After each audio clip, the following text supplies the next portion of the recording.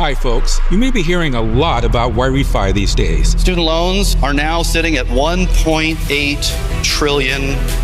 You need to talk to Y-Refi. And they don't care what your credit score is. My partner and I created this company with the intention of taking it to help borrowers get out of debt. Y-Refi is the only company in the country that does what we do. I think very highly Y-Refi. We're all in with them. We invited God into our homes. We invite him into our company. We want to make it an incentive for you to want to work with Y-Refi. We give these folks the dignity to pay back their debt. Please welcome the Chief Investment Officer and Managing Partner of Y-Refi, Lane Schoenberger.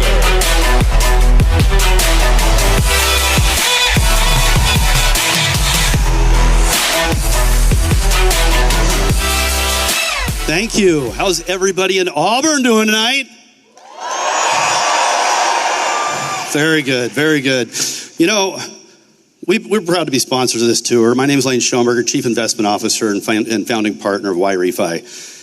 And I gotta just say, first of all, this tour has been incredible. You know, I gotta say thank you to Turning Point, and yes, please sit.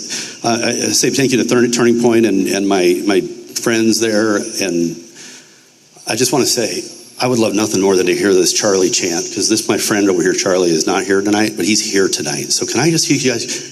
Give me some Charlie, please.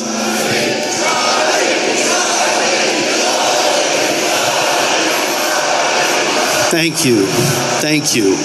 I need to hear that. I know you guys have been standing outside for a few hours waiting to get in here, and it's amazing. And you got some great speakers tonight. So let me get started. Y-Refi, what are we? Who are we? Why are we here? Y-Refi, we are in the business of helping borrowers, people just like you who have student loans, get out of your student loans. How many of y'all have student loans? By show of hands. Lots of hands. Okay, so our job is to help you get out of those student loans. Right now, we have a big problem in this country. $1.8 trillion, as you heard. Most of that's federal. The only way we're going to fix this problem is to allow the government to exit the lending business. How many people agree with that?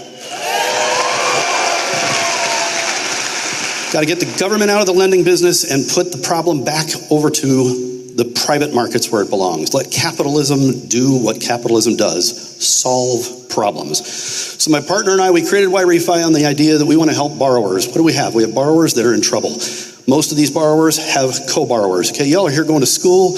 You have big dreams. You should be dreaming big, and if you're not, well, you might want to start. Dreams come with a cost, though, okay? And then you got to pay that back. It comes with a cost. So when you get out of school and you're ready to start paying that student loan back, and all of a sudden you can't afford that student loan, that's when a company like Y-Refi steps up. Okay, because we care about you. We want to hear your story. I'm going to tell you a couple of really cool things about Y-Refi. When you call, you're not going to get a phone tree. You're going to get a human being. Isn't that cool? Right there in Phoenix, Arizona, you're going to talk to a person who's going to answer the phone. They're going to hear your story.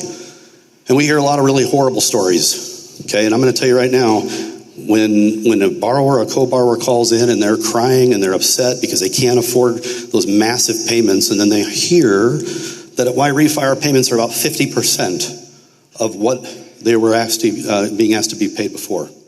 50%, guys, that's our average. That's pretty big. So if you're in trouble, we invite you to give us a call. Go to yrefi.com, check us out. Now, here's the other cool part. My partner and I, we believe in capitalism, entrepreneurship, innovation, and what we do to fund our company, to make it work, to do the things that need to be done. We raise our capital through independent, what's called an accredited investor, people just like you looking to do well by doing good, helping the Y-Refi mission. So if you want to learn more about who we are as a company, you want to learn about how to invest, check out investYrefi.com. Okay? So, we got a heck of a lineup for you tonight. I had the pleasure of meeting Eric and Laura Trump. Who's excited about that? Very cool, very cool. All right, so I'm going to wrap up on this by saying, give us a call if you have any questions. You want to learn more about Y-Refi, again, it's yrefi.com. We're real pleased to be sponsoring this tour. It's a real treat to work with the folks at Turning Point. If you're a potential investor, check us out at investYrefi.com. I'm going to end by saying, may God bless the United States of America.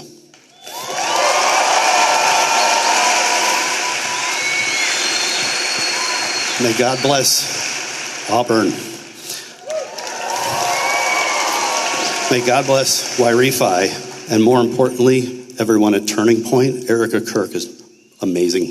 God bless her as well. Thank you, everybody.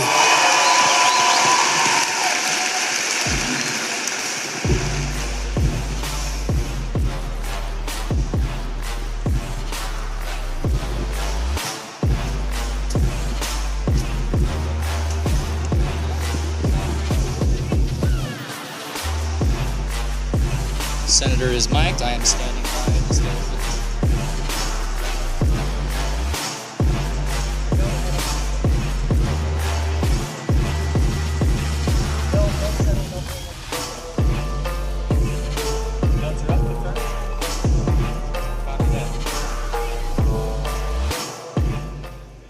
Please welcome Senator Tommy Tuberville.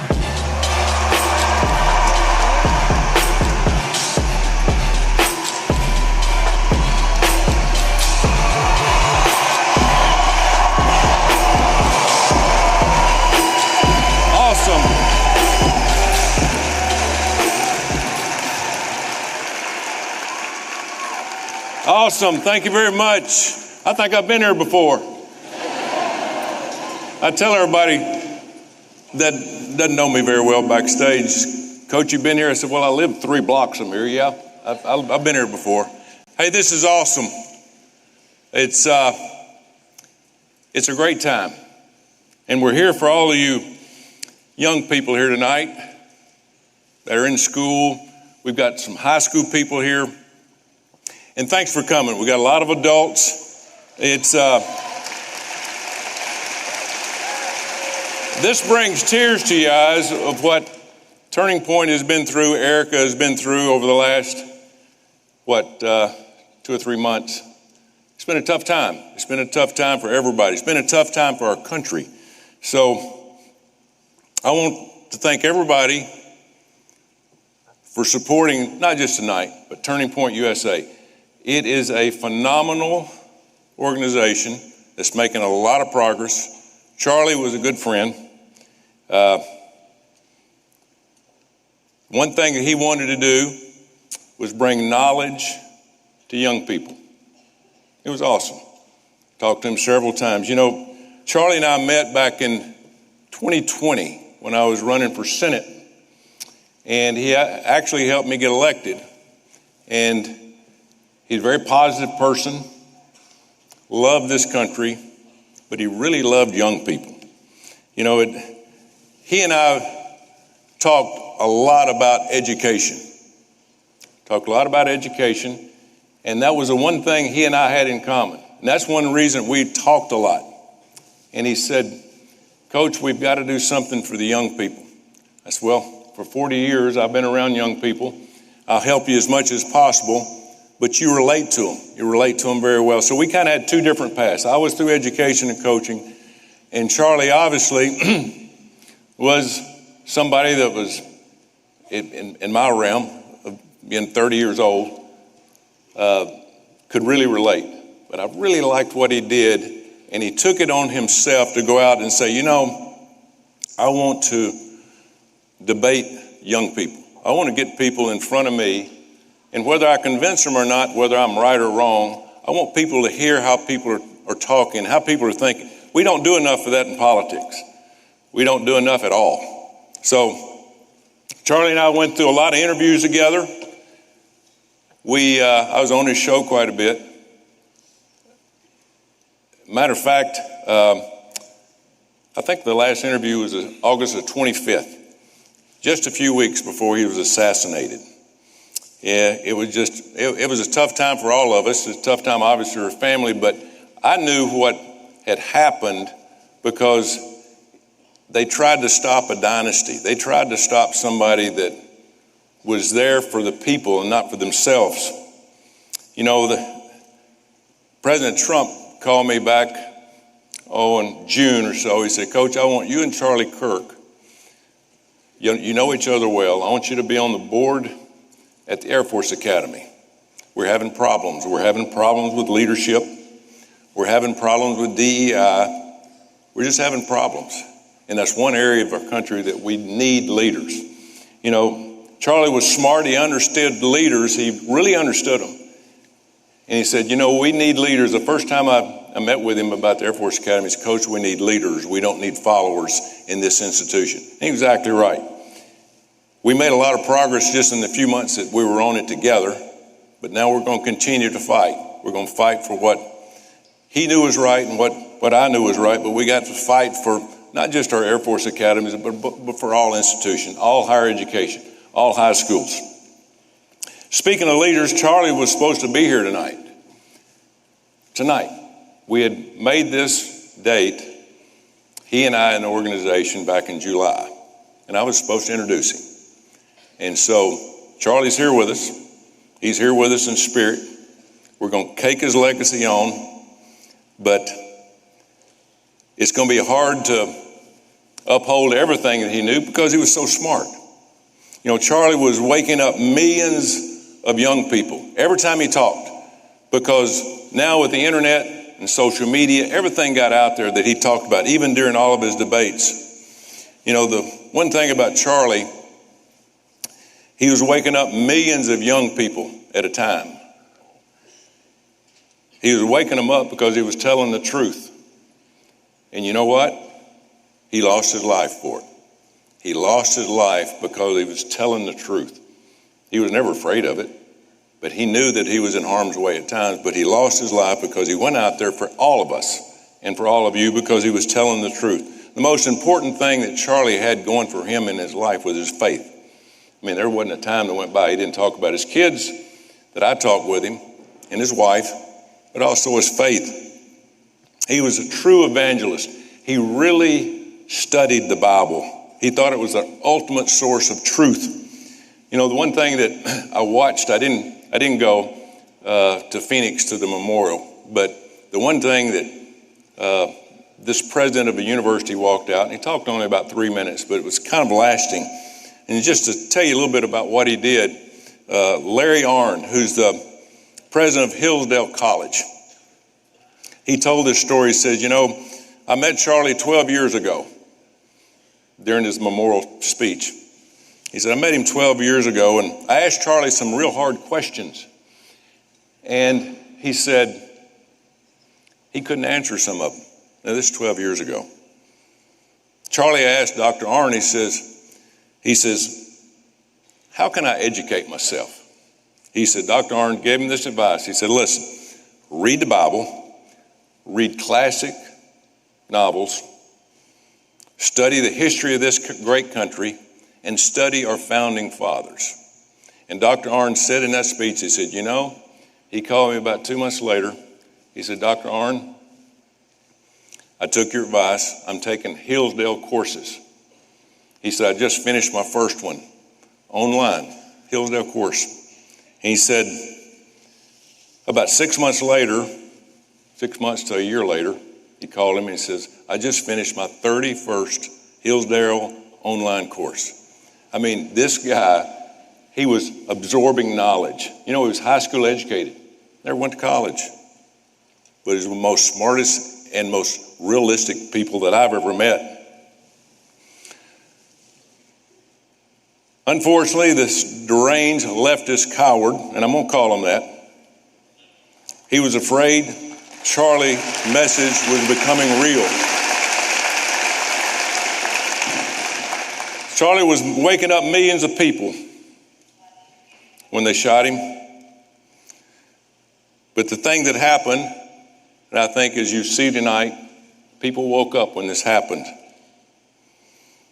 But the Hillsdale course, after he took all those and educated himself, the next thing that Charlie would talk to you about was marriage. He talked to a lot of young people. If you ever watch his videos now, just make sure that you look at the three things he talks about. Marriage and family are the two most important after faith. He really loved his kids. And he would often tell people, he said, listen, if you're going to be happy in life, get married and have a family. That's what you're here for.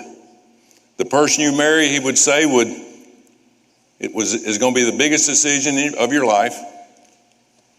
Don't waste your time just dating around. Look for that one certain person, because that certain person is the most important decision, and it's going to make your life better, and it's going to make that person better that you're going to marry. You're going to have a long-lasting relationship. And he preached that. If faith is the foundation of this country, and he talked about faith a lot of times, family is a cornerstone of that. Children should be taught and take responsibility for their lives and be accountable. I've said this often when I was coaching. The only thing this country owes you, and Charlie would tell you this also because I kind of ingrained it in him, only thing this country owes you is an opportunity. Got the greatest country on the face of the earth, folks, the greatest country. But it didn't offer you a job. It doesn't offer you money. It offers you an opportunity to do the best that you possibly can do. But while you're working that job, and once you young people get out and you start working a job, just remember this one thing. Your work ethic, and you work very hard at it. You want to achieve something. You want to get better at whatever job you're doing. But as long as you're alive and you're working, also work on your personal development. Grow yourself.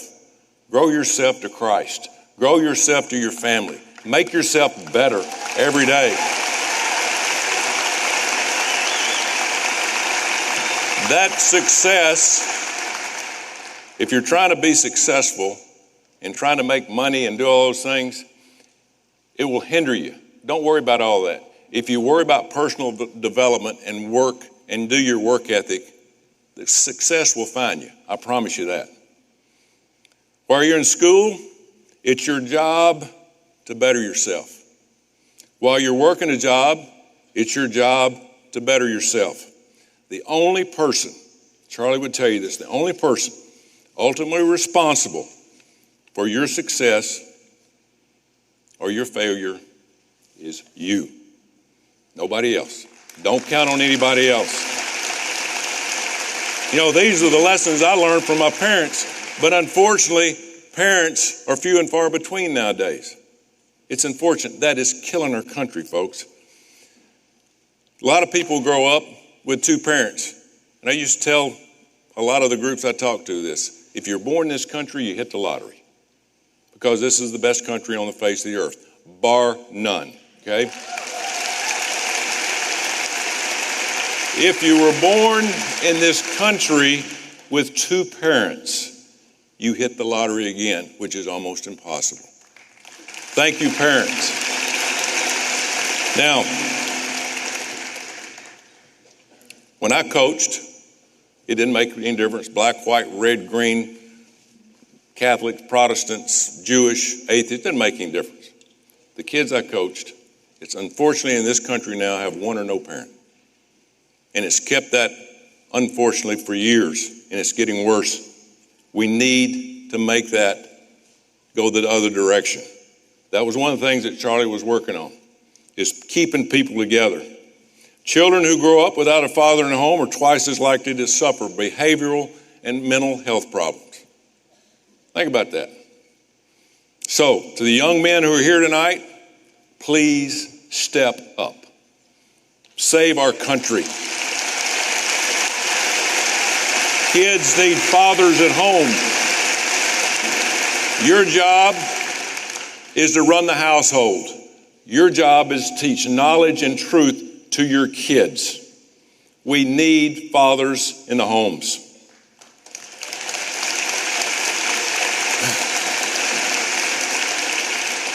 When men fail, and they fail to step up into the role that God has given them, our society suffers. And folks, our society is in bad, bad trouble. We don't have enough fathers and mothers that stay together to raise their kids to make this country the country that it used to be. And that's one of the keys that Charlie always pushed. We need families, we need a tight marriage, and we need kids that are going to learn from their parents. So, we've talked a little bit about truth. In the few more minutes I have here, here's a few hard truths that Charlie and I kind of got together as we were talking about and doing shows and about education and about the future of our country. But here's a few truths, and I'm going to tell you the truth, and they're not fun to listen to. Our country's dead broke, folks. I used to be a football coach. Now they call me a politician, and I'm embarrassed. We are, as of last Tuesday, we're $38 trillion in debt. $38 trillion. Do you know how much $1 trillion is? $1 trillion is $100 bills stacked 3 feet high from here to Atlanta, Georgia. That's a lot of money. And we're 38 of them in debt. You know who owes that bill? You do. You owe that bill because it's going to be your next generation that's going to have to take care of it. And folks, that ain't fake money. That is real live American money. You know, I'm not an economics professor, but I've learned 1 or 2 things about budgets in my lifetime. You know, the U.S. government brings in $5 trillion a year. That's how much tax money that comes to Washington, D.C., $5 trillion. We spend $7 trillion a year in Washington, D.C. Now, I'm not real good at math, but I know that doesn't equal out very well, okay? If we bring in $5 million and we spend $7, that means $2 trillion of your money that you're going to have to make up one day. That's unsustainable. We can't keep that up. I used to own a small business, and if you spend money like that, you're either going to go to jail or you're going to go bankrupt. Well, we're bankrupt. Some people go to jail too, by the way. You know, if we keep this up, I want you to think about this. If you keep this up, 80% of your money, I'm talking to the young people here now, the taxes are going to be so high, you're going to have to pay 70, 80% of your paycheck just to pay off our national debt. That's going to leave you 20 or 30% to raise a family. It's impossible to do it. That's the reason we have to get control of our debt. It's impossible that we continue this pathway. You know what it's called? It's called socialism. We're turning into a socialist country. But you know what? That's the Democrats' plan. Charlie will tell you that. You saw what happened last night. We elected a mayor in New York City that is a pronounced and known socialist. I never thought I'd see it happen.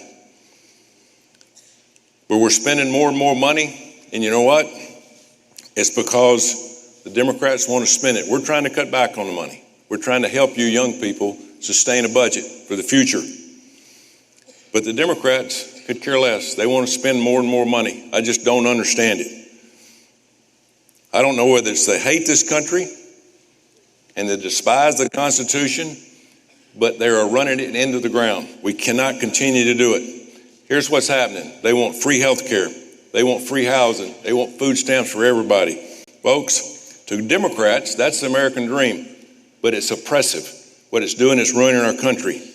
I heard Charlie talk about this many times. They'd rather see the American dream replaced by American dependence on big government. We can't do it. Tonight, I want you to ask questions about this when you have people come up and you have an opportunity to debate. They'd rather see the American dream challenged and let big government take over this country, and we're not going to allow that to happen.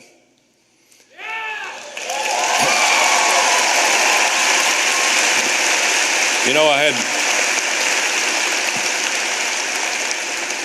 had lunch or breakfast this morning with President Trump, me and several other senators, and President Trump calls it, for the Democrats, it's called America Last, not what President Trump calls America First. We have to put America first. Which brings me to the second hard truth that Charlie talked about and think about. You know, we're kind people. America is offered assistance to everybody. We send billions of dollars to all these other countries, but folks, we cannot allow open borders in this country like we've had the last 4 years. You know, our friend Charlie died with the word freedom written right here on his chest. Freedom for this country. He understood that freedoms we have in this country are under attack every day. And that's the reason he was wearing that shirt. Under the Biden administration, tens of millions of people came across our border illegally. We all knew it. We were trying to stop it, but we had no power. Thank God President Trump is trying to clean it up. But unfortunately, it's going to take a while and it's going to take a lot of money. And we're still spending billions of dollars to clean this mess up that belongs to you, your generation. We're a country of legal immigrants. We're immigrants or have ancestors that were immigrants. If you want to come here, we want you here, but come here the right way. But I want to say this, but if you come here and chant death to America, you refuse to go by our laws, you burn our flag, and have no intentions of assimilating and doing things that we do in the culture of the United States of America, take your butt home.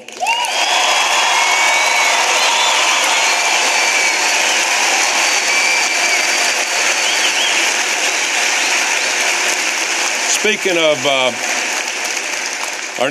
third one on next hard truth that Charlie and I used to talk about was identity politics. You know, the past few years, racism has been allowed to fester in this country. It's called DEI. DEI is just discrimination under a different name. Okay? I'm for merit. When I went in Jordan-Hare Stadium, if I didn't play the best people that worked the hardest, that could perform as a team and win games, I'd get fired.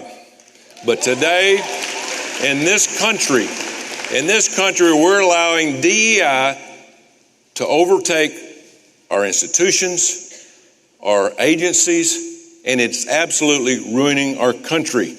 It cannot continue to happen. When I had players, I had black, I had white, I had red, I had Catholics, Protestants, rich, poor, middle class. It didn't make any difference. But you know what? They played their tail off because they played as a team. They played and they knew if somebody made a mistake and somebody got on them from the other team, somebody had their back. Folks, that's what we got to have here. Somebody did something to one of our players, Charlie Kirk. We got to have his back. We got to have his back.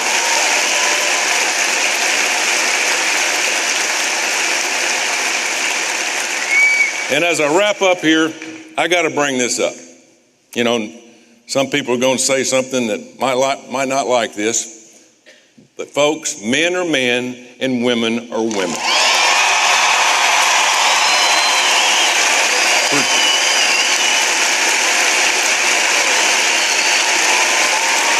Thank you.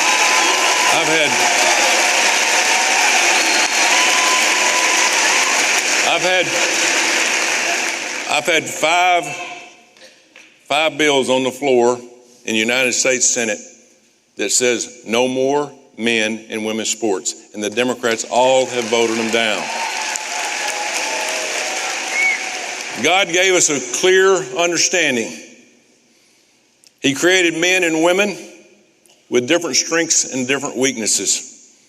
He never wanted them to be confrontational. He wouldn't have wanted this. He wouldn't want men and women's sports. I've got my first grandchild, Rosie Grace, 8 months old. And I'll be damned if she's going to take a shower with a man when she's in sports.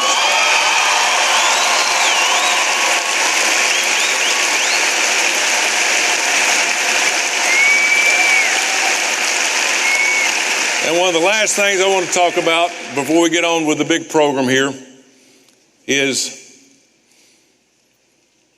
look at this culture war we're in. If you don't think we have a war going on, look at Europe, folks. Europe is gone. It's over. They've allowed immigration in our country, and these people aren't assimilating. They've opened their borders to millions of people. And we want immigration, but it needs to be legal here. But over there, they've absolutely opened their borders. They call it globalism. Crime is going through the roof. Their culture is at risk. And it's something different these people have ever seen. The other thing is in Africa, more than 100, and Charlie and I talked about this quite often, 100,000 Christians have been slaughtered and 18,000 churches have been burned in Africa. In Nigeria, 67,000 Christians have been murdered since 2000 by radical Islamists. So the bottom line is that Christianity is under attack, and we've got to stop it.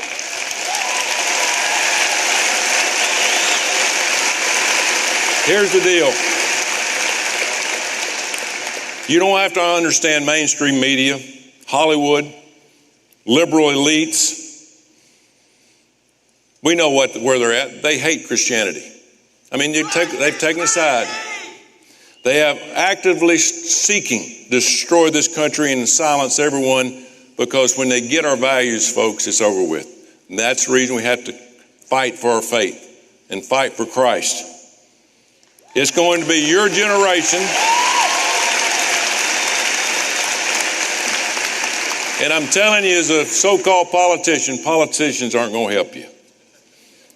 It's going to be your generation that's going to get this mess straightened out. Charlie worked with a lot of people to move the ball down the field to get this going. Look at all these people in here. This is going to continue. We need to follow Charlie's example by pursuing the knowledge in this country, make yourself smarter, do things on your own, personal development, engage in thorough debate, debate those people that disagree with you peacefully. We're in a fight, folks. We're in a fight for our life. I'm going to fight, and I want you to fight. We're counting on you, all of you. Educate yourself, work hard, get married, and have kids. If you do that, your generation will save this world, will save this country. We're counting on you. Do the best you can, but again, we're behind you. We're for you. Greatest country ever. War Eagle.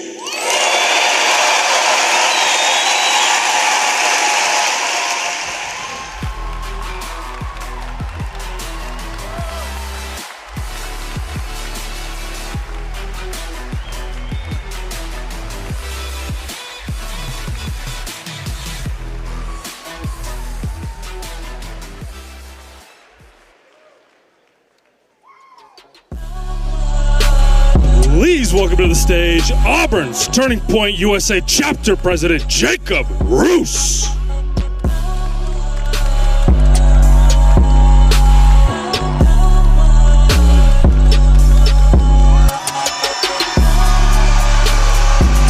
Let's go, Auburn! How we doing tonight?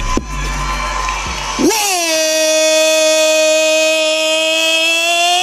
Eagle! Hey! Let's go, baby! Thank you all so much for being out here tonight. We really appreciate you. And thank you, Senator Tuberville. I know he's heading out of here real soon. We thank you so much for being here tonight as well. And personally, we're here to talk about Charlie tonight. Of course, we're here in his memory. I had the opportunity to meet him twice during my life. Once was at a CLS, and the first thing he ever said to me was a War Eagle. That's pretty awesome, isn't it? Never spoke a word to me before that. Next, I was able to have a small discussion with him on various topics as part of a focus group, and I could tell that that man genuinely cared to hear what our generation had to say. And so I know he's looking down right now on all of us, seeing how many people truly care about the country. And that's you guys right in front of me.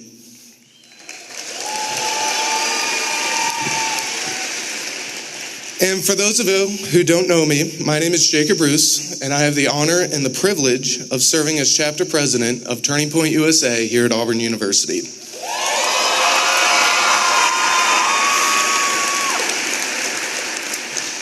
And our chapter here has been blown away by the response of our amazing community here in Auburn. I know we have thousands of people here from our community and our student body, and we greatly welcome you guys here to Auburn tonight.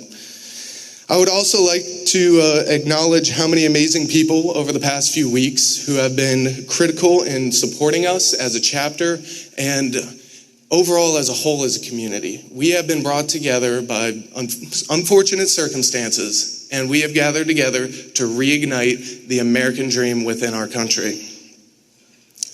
I would also like to extend a thank you to security and law enforcement this evening, especially our friends over at Campus Security and Auburn PD and all the other entities involved tonight. Their meticulous planning and diligent work keep us safe here tonight and should not go unnoticed, and we appreciate everything that they do. I'd also like to give a shout out to our wonderful volunteers right up front that have dedicated their time today and last night for that matter to be here and put on this amazing event for all of us here tonight. Their help tonight would not have made this event possible. So thank you to all 74 of you guys.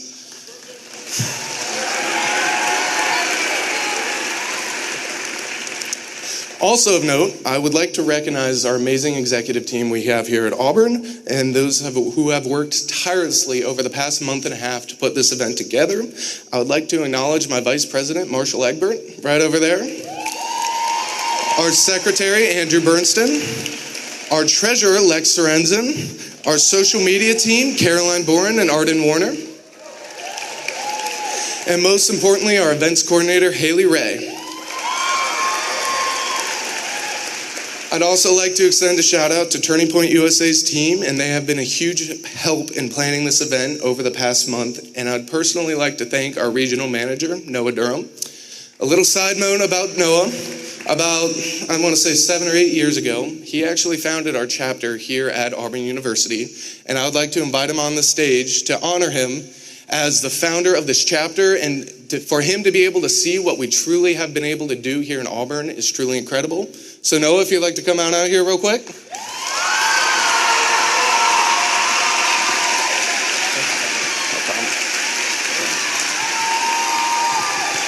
Noah is a graduate of Auburn University, 2018, 2017? Around there. And so with him not starting our chapter here at Auburn, this today would not have been possible. So thank you, Noah.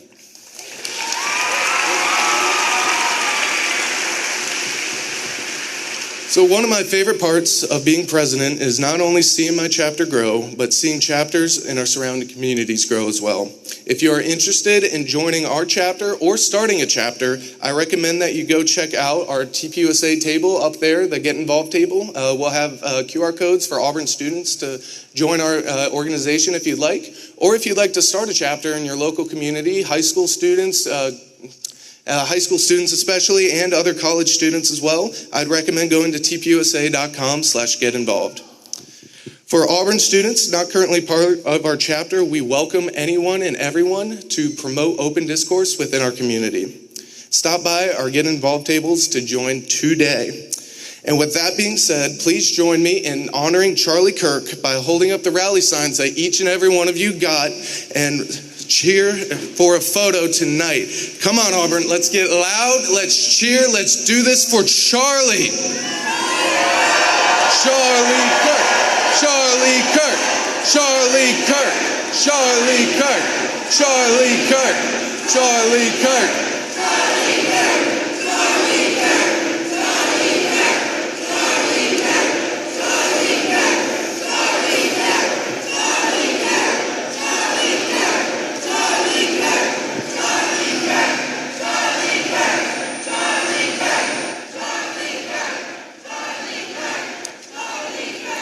Thank you all so much for joining us here tonight. We've got a great lineup for you guys going on the rest of the night.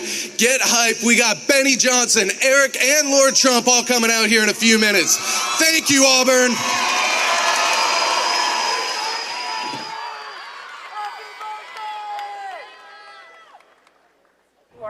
My name is Charlie Kirk, and I love America because I love talking with people I disagree with. Started an organization that's now on 1,000+ campuses to save the greatest culture and country ever to exist. Our family's divided. We're divided the same way the nation is divided. Will anything ever be remedied? A nation divided against itself will not stand, neither will a family divided against itself. Why do you think your son is conservative? You as a father should listen to your son. I used to be, at one point, on my father's side. Upon doing my own research and seeing things firsthand, I've switched sides. We talk every day about politics to the point where it's divided us. Father-son divide is more important than politics. Really try to come down at what generational perspective do they have. Never let politics get in the way of the beautiful relationship between father and son. And my question for you is, do you have any hate against the LGBT community? How could I hate that which I have a heart for? I might not agree at that for some of the lifestyle choices that some people make, but of course not. And if someone said, Charlie, what's your view on marriage? I say, I believe marriage is between one man and one woman. Do I have hate in my heart for somebody that doesn't choose the lifestyle that I believe that God laid out in the scriptures? Of course not. Yeah. disrespectful. I go around universities and have challenging conversations because that's what is so important to our country, is to find our disagreements respectfully, because when people stop talking, that's when violence happens. Okay. You could see that happen all across the world.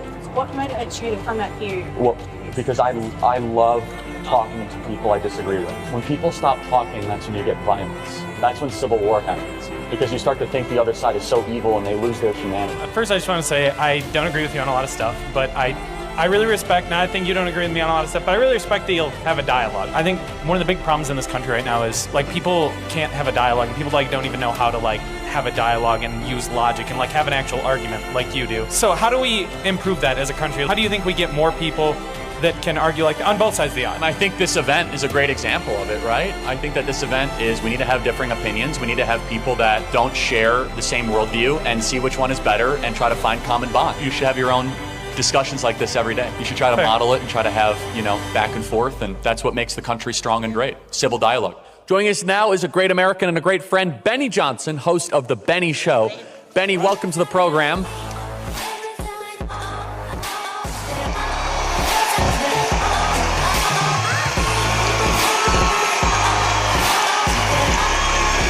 What's going on, Alabama? My people! Sweet home, Alabama! In the words of Jesse Smollett, this is MAGA country. Yes! And War Eagle! How we doing tonight? Good? How we feeling? You feeling that revival spirit? You feeling that revolutionary spirit? That comeback spirit? 1 year ago, tonight, President Trump won the 2024 election.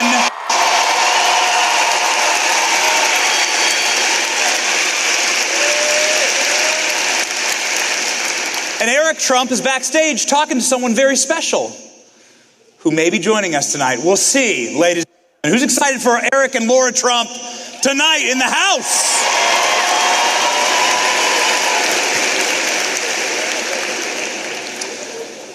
Whew. We've been through a lot. I can hear the murmurs. You can guess who it is. We've been through a lot together. And I thought that to kick off this evening with all of you beautiful people, gosh, it is beautiful in here. This is an amazing crowd. Why don't we go through a little bit, why don't we walk down memory lane a bit? What we've all been through together in this, one of the single greatest comeback stories in human history, ladies and gentlemen. The movement of America First. Who's ready to go? Let's go. This photo is a historic photo. Maybe you recognize it. It is from Alabama, the very first MAGA rally in 2015. And a lady wrote, "Thank you, Lord Jesus, for President Trump." In 2015, when no one was even sure what a MAGA rally was. You got some prophets here in Alabama. And also, you got this lady. Whose mama is that? Who is she in the crowd tonight? By the way, this is 2015. Is this baby probably goes to Auburn, right? If you are this baby, raise your hand, please. I saw it right there. Thank you. You can come on up. You get an award. Most based baby in history. It was a tough race in 2016. President Trump was up against it. He was up against the establishment. He was up against some of the most corrupt and entrenched politicians in American history. He was up against the Uniparty, he was up against the deep state, and he was up against some real dark and evil corruption. And ladies and gentlemen, what that establishment didn't understand is that President Trump has always been our giant middle finger to the establishment.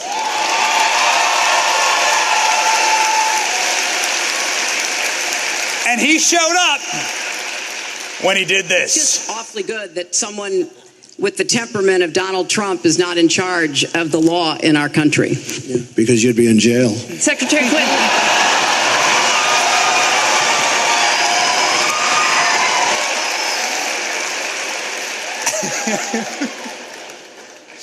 If you've checked the news recently, you may know that Donald Trump is about to make good on that promise.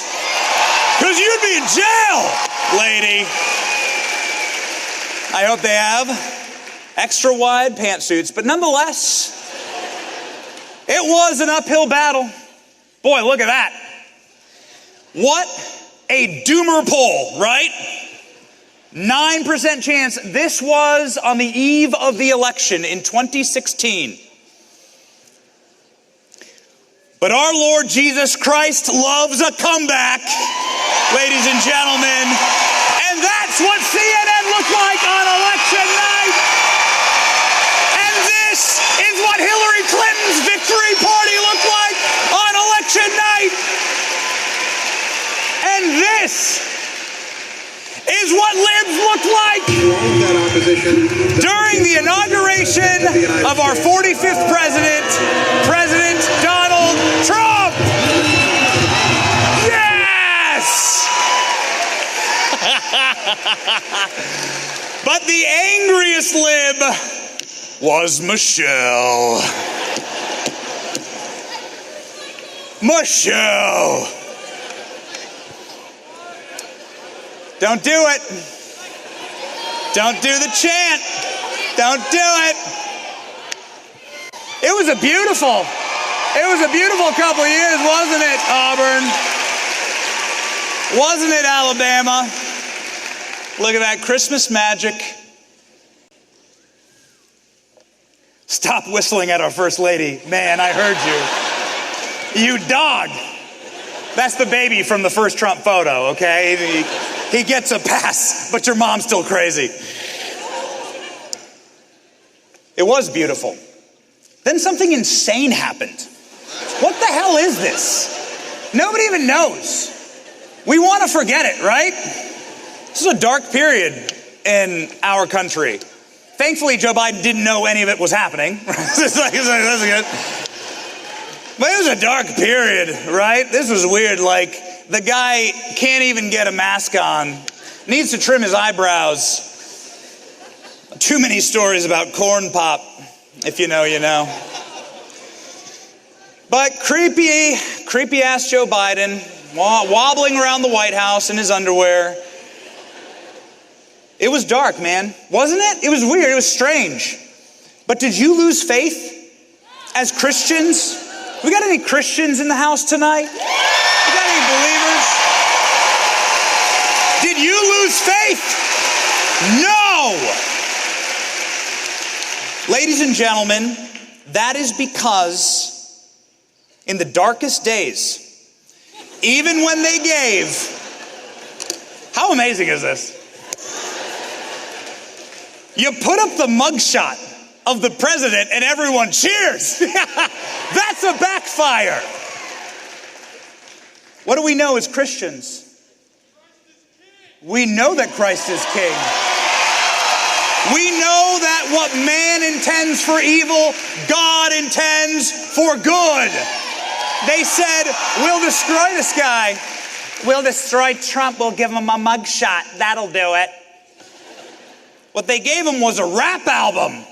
All you got to do is put a parental advisory sticker on that, and it's the hottest banger of the summer.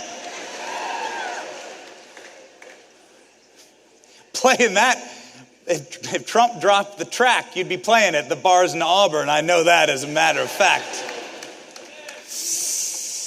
Tried, ladies and gentlemen, they tried. They tried to destroy our boy. They came at him with everything.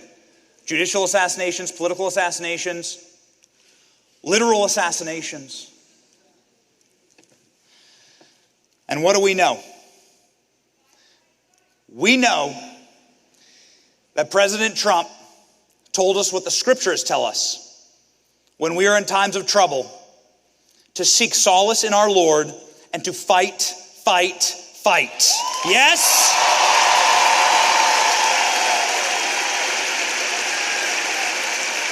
And everything they kept throwing at him, man, it just backfired. And that's what happens, ladies and gentlemen. This assassination attempt, much like the mugshot that was meant to end President Trump, resulted in Elon Musk jumping for joy on stage with Donald Trump. It resulted in this incredible moment that Charlie Kirk brought about, where the king of McDonald's and the king of Maha joined together on stage. It was a beautiful thing. It was looking unstoppable. So they had to swap out the damn candidate. Now this is a photo of Kamala Harris hearing some guy up there in the audience, probably my dad, honestly. Thanks, Dad. What happened here was a historic moment. So they just swapped out Kamala, and a dude at Kamala rally goes, "Christ is king." And Kamala goes, "You're at the wrong rally." That's what she said. Ladies and gentlemen, if you believe Christ is king, you're at the right rally tonight.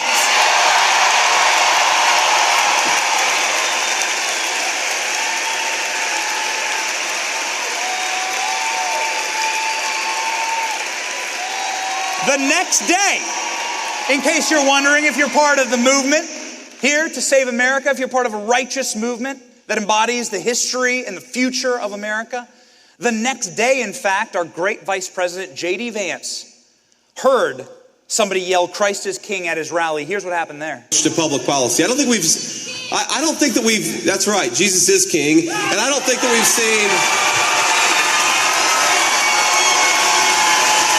Can you spot the difference? This election was so epic. This election was so epic. Man, Kamala Harris, not only did she lie about Christ being king, she also lied about working at McDonald's. What a weird thing to do. Who else has worked fast food? Does anybody work fast food? I work fast food. Who's worked as a server or a waiter? It's a beautiful job. It's a dignified job. You're serving your fellow man. It's an incredible job. You learn a lot. Kamala Harris engaged in working class stolen valor is what she did. In claiming and lying about working at McDonald's. That, again, was intended to hurt or harm President Trump. And what did we end up getting? Sweet, salty fries with that one, Donald Trump, waving out of the window of McDonald's, saying, "How you like me now, Kamala? Eat the salt, live." And by the end of it, they might as well just change it to Donald's. It's iconic. Things were going so poorly, ladies and gentlemen. Joe Biden called MAGA garbage. Do you remember this? And how do we respond to that? Load up the garbage truck, baby. By the end of the campaign, Joe Biden was literally wearing MAGA hats. Do we remember this? And on election night, you have the 47th president of the United States.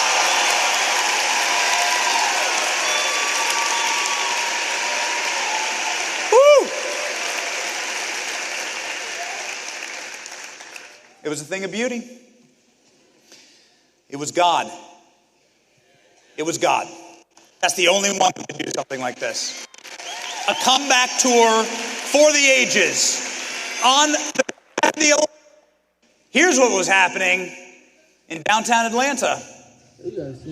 My girl just lost a day ago. Like, damn. See ya later, Kamala. Ladies and gentlemen, we got our boy sworn in after all of this. And now he's passing out Trump 2028 hats in the White House to the Democrats. And J.D. Vance is me.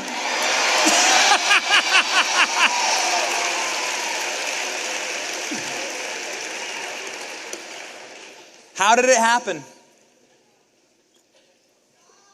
It happened because of God. What man intends for evil, God intends for good. That is the Donald Trump story. Christ loves a comeback. Christ is the comeback king. And God did appoint Donald Trump. In Romans 13, it says that God institutes the government of men. God determines our government. And he gives a righteous people a righteous government. He gives that government a sword to wield. A sword to wield to protect good men and women and for the terror of evil men.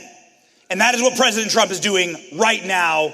God bless President Trump and his administration for wielding the sword. You live in a red country, by the way. And I am sick of the hoax. I'm sick of a hoax that you are on the wrong side of history. If you are young, if you're under the age of 30, raise your hand right now. Look at this. Look at this. Can we see this incredible crowd? I want you to know something. You have been lied to. And I'm going to spend the end of our speech here very quickly dispatching and destroying the single most evil lie that has been sold to you by the corporate press, by the Democrat Party, and by corrupt institutions, that you are on the wrong side of American history as young people who believe in America first and America only. Ladies and gentlemen, not only are you on the right side of American history, you are American history. You are the inheritors of American history, and I can prove it. Let's do it quickly. What is America? America, as defined by our founders, is life, liberty, and the pursuit of happiness. And you are the ones who embody all of those things. Let's talk about them in order. Well, this big, beautiful red map. Hold on. Where are we at right now? Right around here? Yeah? Okay. No. Right here. Yeah? Not the blue area, though. Ladies and gentlemen, sweet home Alabama. Alabama loves life, yes? Because God created life. The first book of Genesis, you don't have to look farther than that. God created life, and we believe that as Christians. That God marked us and stamped us with the sign of the Creator. That we are all made in God's image, so life is precious. 93% of the red parts of this country, Republicans, believe in a creator, believe in God. Are you one of them? Yes. Do you know as Democrats, that's only 50%. And that defines the entire problem right there. At 50% of their party, that's a coin flip. If you don't believe in God, then you can't believe in America. Because our founding documents, the first line says we are endowed by what? Our Creator. All men are created equal. Well, if you don't believe in a God, then you can't even believe in America. Am I right? Yes. So the Democrat Party has a real problem on their hands with just the first thing, life. You are also the inheritors of life because Republicans are the ones who create families. Republicans are the ones who want to be fathers and mothers and to carry forward our beliefs and our value system and our nation to make more Americans. In fact, when Gallup did a poll of young Trump supporters, they broke them out, men and women. Do you know the number one thing that young men wanted in their lives was to become a father and to become a husband. That was the number one priority.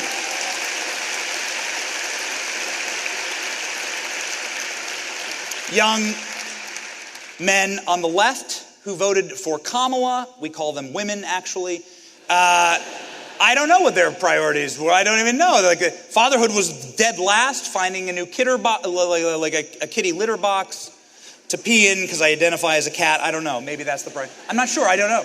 I know this, that is the legacy of Charlie Kirk.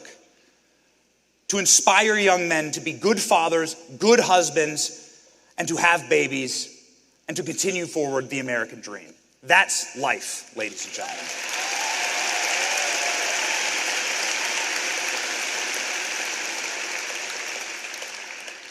Young people are also returning to the church. This is a historic generation. If you raised your hand and you were under 30, you are in the first generation, as far as I know, in human history that is returning to the church at a higher rate than your parents. This is incredible. That is finding religion. There is a true revival going on in this nation. And of course, as those in the Christian tradition, we are the inheritors of the conquest of life, ending child sacrifice. Ending child sacrifice as we know it, which is abortion today. Ladies and gentlemen, Christians are the ones who see value in life because we know that God created us. That's why we are pro-life. Unfortunately, there are communists who are winning elections in this country. They are anti-life. Communists show you that with all of their motivations and all of their moves. That's why I'm very worried about assassination culture on the left.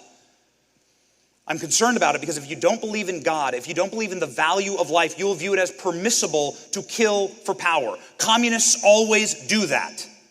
There was a man elected as Attorney General, this top law enforcement official in the state of Virginia, just last night, who says he wants to murder Republican children.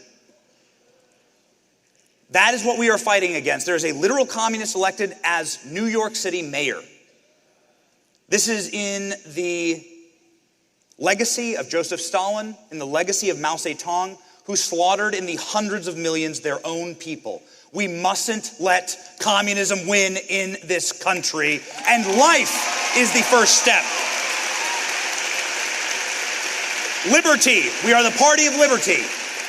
We are the party that freed the slaves. Christian kingdoms like England freed the slaves. The first kingdoms to free slaves were Christian kingdoms. Ladies and gentlemen, we are the inheritors of liberty. We are the ones who believe in liberty. All men are created equal. If you're not a Christian, if you don't believe in God, then you don't believe that, actually. And while the left is obsessed with slaves here in this country from 150 years ago, they refuse to look at the continent of Africa, where there are 7 million people that are still currently enslaved in Muslim countries. They refuse to ever talk about it. So we'll talk about it here tonight, ladies and gentlemen.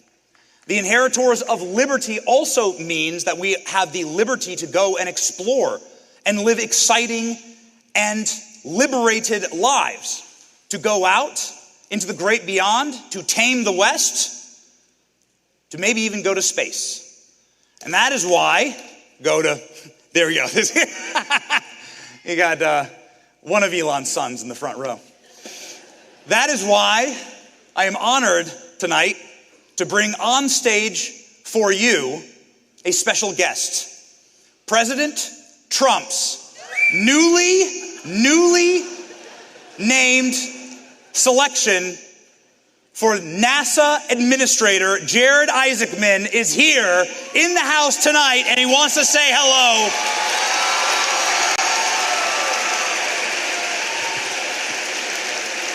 Hey, thank you so much. I can't tell you what an honor it is to be President Donald J. Trump's nominee to lead the world's most accomplished, the world's greatest space agency on what I think is the greatest adventure in human history. And I'll tell you, as a space guy, I love being in Alabama. I mean, we are home to the Marshall Space Flight Center, where Auburn graduates helped contribute to all the history the agency has made, and where Auburn graduates are going to contribute to all the history that we are about to make. And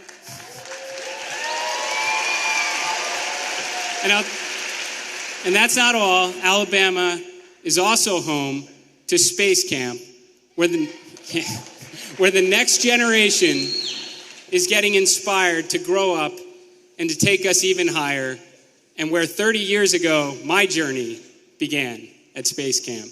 And I'll tell you, just ending on a very personal note, I didn't grow up very religious at all.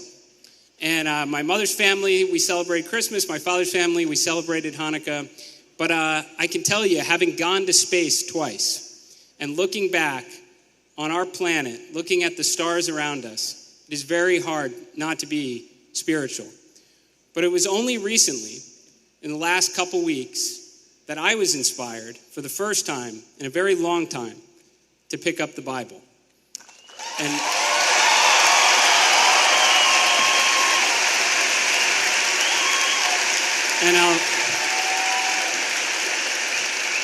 I'll tell you why. It's because of Charlie, and it's for Charlie, and there's millions others just like me. Thank you.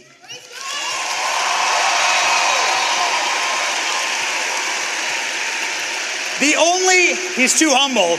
He's a fighter jet pilot, and he's the only civilian to do a civilian spacewalk out in space. The guy is an absolute and total badass. Jared Isaacman will be leading NASA, and we are going back to the moon, baby.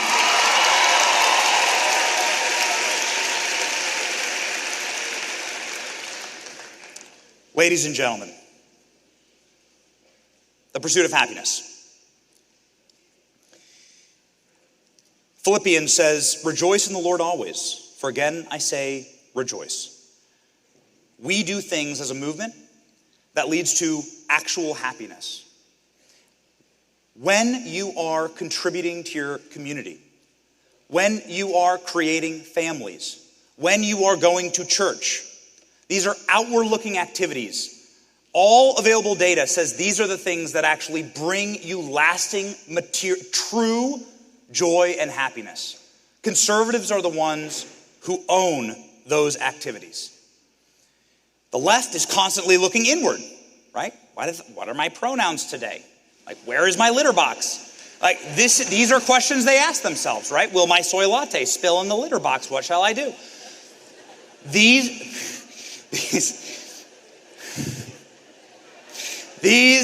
are important questions for them. That's nihilism. It leads to collapse. It does not lead to lasting joy. They are a miserable movement. And we're happy, and that means we've already won, ladies and gentlemen.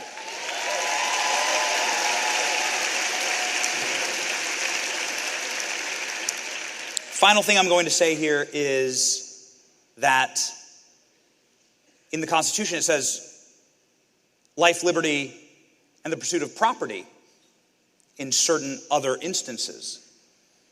And that's something that we've lost in this country. I'm particularly horrified that the American dream of owning a home is so out of reach for all of the young people here. If you are 35 and younger, home ownership rates are at 30%. That's down by half from a generation ago. And we need to fix that. Who here wants to own a home one day? Yes. Ladies and gentlemen, I'm not one to break news in front of massive stadiums of people, but I want to announce right now a massive interagency and interinstitutional effort in order to encourage and provide resources from a massive federal level and a legislative level to ensure that we reignite the American dream for first-time young home buyers. It will happen in this administration. We are going to make the American dream affordable again. We are going to make owning a home great again. And we're going to be able to raise our families, our Labradors, in these beautiful houses with white picket fences. And we're going to live like our grandparents, because you know what? They had a lot of nice things figured out. And you can sit on your front porch here in Alabama with your shotgun, happy in your Trump home. Ladies and gentlemen, what's it all for? That's it. This is it. This is what it's all for. This is my family. This is my motivation. This is what keeps me going. I needed to get a restraining order against Charlie Kirk because he texted me every single day after I got married, when are you having kids? When are you having kids? When are you having kids? When are you having kids? Since Charlie Kirk had such a profound effect on my life, since Charlie Kirk helped Christ center my life, I actually can't stop having babies. We're on number 4 in 4 years. And maybe number 5. We'll see. That is the motivator. And this is it in closing. That's it, isn't it? This is what America First is all about. America First for my American children. America First for your American families. And America First for the first family of America. Eric Trump and Lara Trump, let's go! Welcome to the stage.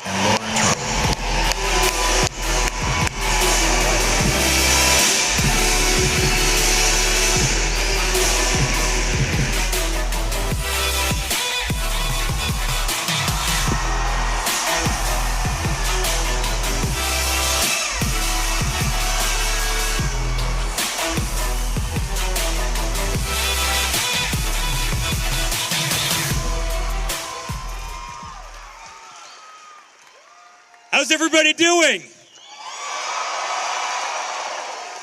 Do we not love this man right here? This guy is truly one of the greatest fighters. And guys, we love this state and we love this university and we love all of you. I think Benny did okay. How did he do, guys? Yeah. By the way, the Hillary clips had me laughing. I haven't seen that one in a while. I'm glad you pulled that out of the archives, if that makes sense. You were in the audience, right? I was back there, but I was watching it on the TV. No, during the Hillary, we you'd were be in in jail. the audience Yeah, we were for in the that. audience. We were in the Absolutely. What happened? Well, you should have seen Bill Clinton's face, by the way, right? So that's the night my father got all of Bill Clinton's accusers, right? And he told everybody, he goes, we're going to have this practice, a debate session. I want all the media to come to it. And they all walked in, and it was all of Bill Clinton's accusers. And honestly, he sat in this little penalty box during the debate, and his jaw was still on the ground. I'll never forget it. It was like the greatest troll in the history of political trolls. And then he knocked her out of the entire race with those 3 famous words. So that was an amazing night. And I was there too. And I just want to say, it is so cool to be at Auburn. War Eagles! Amazing. Should we sit? Benny, are we going to stand for this? That's right. Eric Trump seemed like he wanted us to stand for this whole thing. But that's okay. I like you not being a full foot higher than me on stage. That was my top selling point. Do you guys know when Eric and I first met, I had no idea, no offense, honey, that Eric Trump even existed. But I'm 5'11", flat-footed. And so then I put on these heels. I'm like 6'2", 6'3". And I noticed this guy was taller than I was. And I was like, this could possibly work out. And this Saturday is our 11-year wedding anniversary. Yeah, not bad. What was the Eric Trump pickup line?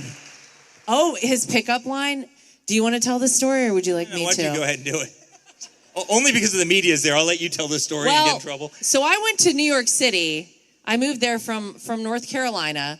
I moved to New York City. Oh, shout out. Okay, hey, love that. To go to culinary school of all things. How did I end up in politics? I don't even know. This is nuts. And I met Eric out one night, and most of these guys that would meet out would find out I was in culinary school and they'd be like, oh, well, maybe we should cook together sometime. I'm like, oh, that's very original. Not this guy. He looks at me, he pinches my side and he goes, I bet all your food sucks.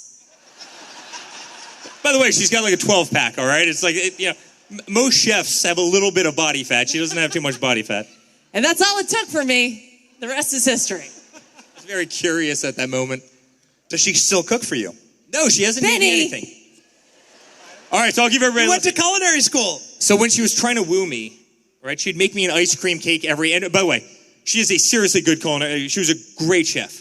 And so I'd always have these beautiful cakes. They were ice cream cakes. Love ice cream cake. They'd be made in the shape of a heart, camouflage. She'd make a machine gun and put it on top, do something really aggressive. It was a lot of fun. And she would write me this little love note on this cake.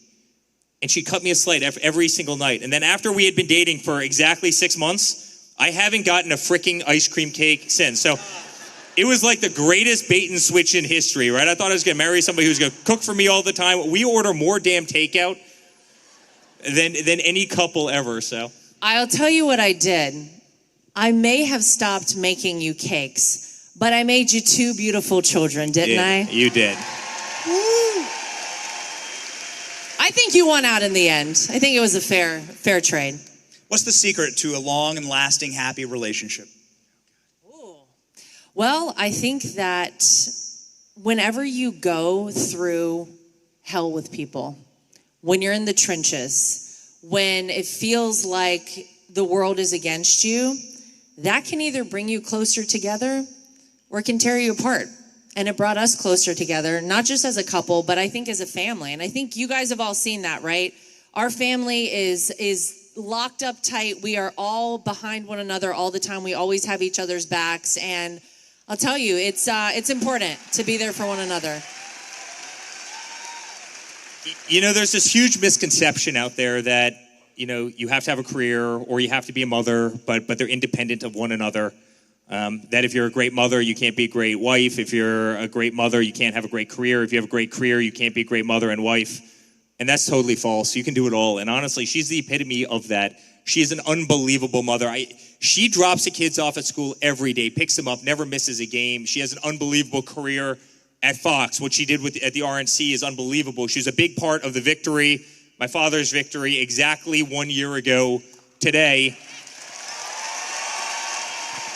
And beyond that, she's a great wife. Bring her back. Bring her back.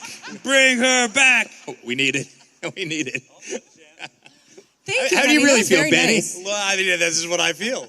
Laura, this is how I feel. Let's see if the thousands of people here tonight feel the same way. Was Laura Trump one of the single most effective RNC leaders in history? The most effective RNC leader in history. By a show of cheers, who wants Laura Trump back at the RNC? Yeah. Just saying, not trying to get you in trouble. Wow, thank you guys. That's very nice. Well, what I will say is that today is such a special day, November 5th. I mean, we all know 365 days ago was the greatest comeback in the history of American politics, right? And what's very interesting about the comeback is that we all probably remember as well another election 4 years before that in 2020.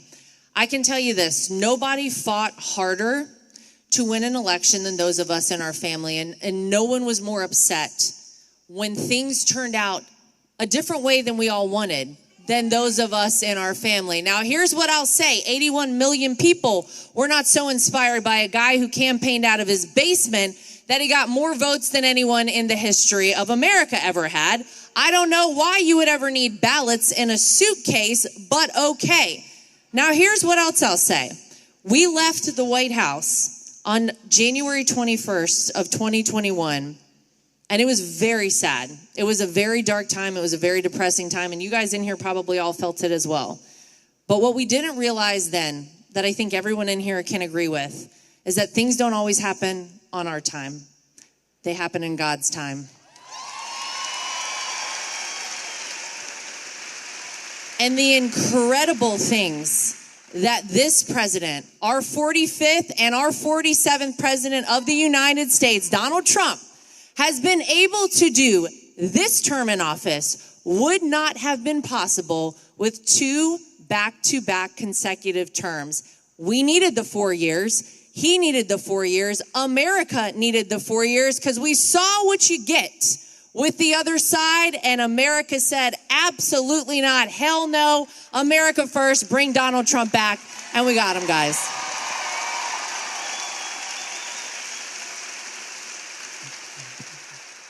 By the way, should we see what he's doing right now? Should we try calling him? Oh. Can we do it? Let's do it. We All know right, he's up. let's. Can we call Trump? Should we call President Trump? Hold on 1 second.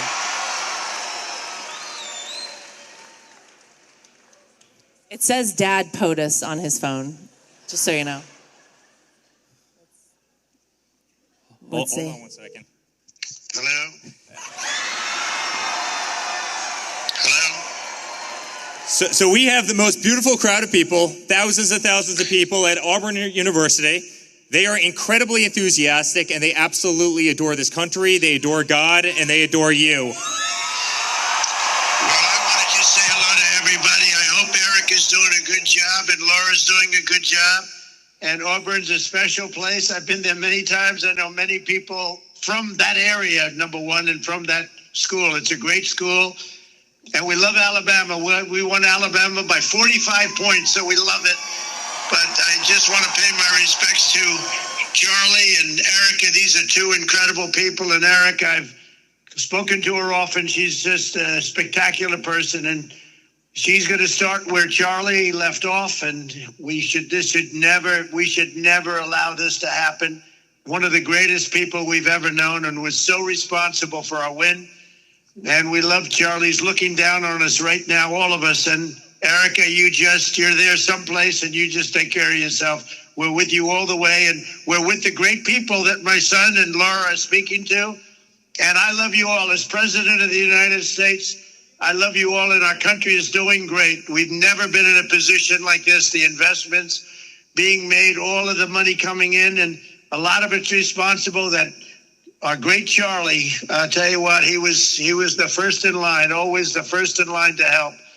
So I just want to pay my respects to Charlie and everybody, and we love you all. Thank you very much, everybody. And Eric, you better do a good job. These are smart people. They know if you're not doing a good job, they're going to report back to me. Good luck, everybody. Good night, Pops. We all love you. Incredible. A call-in from USA, USA, USA.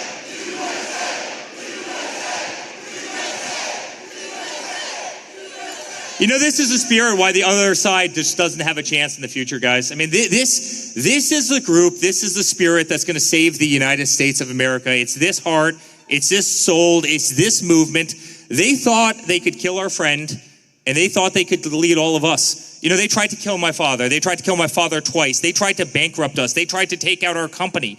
I became the most subpoenaed person in American history for doing nothing wrong. They tried to throw him off the ballots. They tried to strip our First Amendment rights, right? They stripped us from Twitter and Facebook and Instagram. Why did they do that? They wanted to remove our voice. They wanted to remove his voice. They wanted to remove Charlie's voice. They sure as hell wanted to remove her voice. They wanted to remove my father's voice, and they wanted to turn down all of your voices. And we wouldn't allow them to do it. They tried to do it on every campus around the country. They tried to do it by silencing you, where if you wrote a paper that a teacher disagreed with, they would fail you. And you know what, guys? It's backfired in such a monumental fashion, and it's just cemented the vote of the youth of this country for the next 50 years. And they're getting exactly what they deserve. Tonight is the anniversary of election night, and so it's probably a time to reminisce a bit. The 2024 election cycle. We played some of the greatest hits. Can you give us some behind-the-scenes stories that perhaps no one's ever heard? Or perhaps embellish something that we've all seen that we don't know about? Well, I'll tell you, sitting backstage, what I was thinking about is that on November 4th of last year, which was the night before the election, we traveled to several different rallies across the country with my father-in-law, and we ended in Grand Rapids, Michigan, which is where he ended in 2016, which is where he ended in 2020. So of course we had to end there in 2024. And we had been going all day. And I knew that last one, right? We were talking about it backstage. We said, he's not going to want this to end because this is going to be his last rally. And sure enough, it was like 2 o'clock in the morning, 2:30 in the morning, and we were all backstage, basically asleep. This man has been on stage for hours at every rally all day long, and he is still going. And he all of a sudden he goes, what do you think?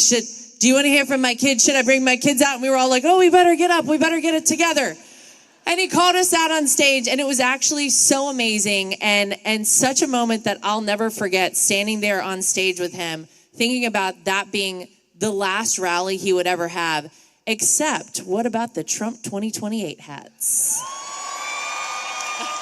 What about them? So do you want to know who actually created the Trump 2028 hat?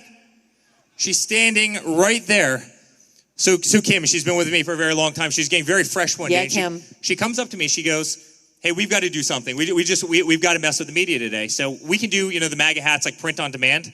So she changes the 4 to an 8. And she brings it into my office and she throws me a hat. She's like, put it on. I'm just going to take a picture of you. So I put on this picture. This guy, about 2 seconds later, retweets the me wearing the Trump 2028 hat with no text or anything. Elon, 2 seconds after that, retweets this. This thing goes viral. I mean, you've got hundreds and hundreds of millions of likes and views and everything else on this hat. The media went freaking nuts, guys. It was so fun. Is your father trying to subvert democracy based on the fact that... You understand the Constitution, right? The Constitutional doesn't allow you to run for a third time. And I'm literally grabbing my phone and I'm taking pictures as fast as I can of these emails coming in, and I'm just putting them up on my Instagram feed, right, over and over and over. I'm putting these laughing emojis on there. So after about 12 hours of them melting down, she's like, we've got to keep this going somehow. And she comes up with this. She's like, we need a slogan. So it became Trump 2028, rewrite the rules, right? And we posted that, and the same people from the media started melting down again. It was so great. I'm like, it's easier to troll the media in this country than it is to manipulate my 6-year-old son on Halloween with a bucket full of candy, right? It is so funny. But isn't that what's so amazing right now is that, I said a few minutes ago that it was so important, I think, the 4 years in between, because how Donald Trump has flipped the script on the mainstream media is a thing of beauty, ladies and gentlemen. Think about the first term, right? The first term, it was like he was on his heels the whole time. The whole White House was constantly having to field incoming. They were on defense all the time. They were getting it from the media, from the Democrats, from the Republicans, and in some respects as well. This time around, he just swats them off like gnats. They don't even know what to do with themselves. He's like, who are you, ABC? Fake news, sit down, next. It's so great. Isn't it great?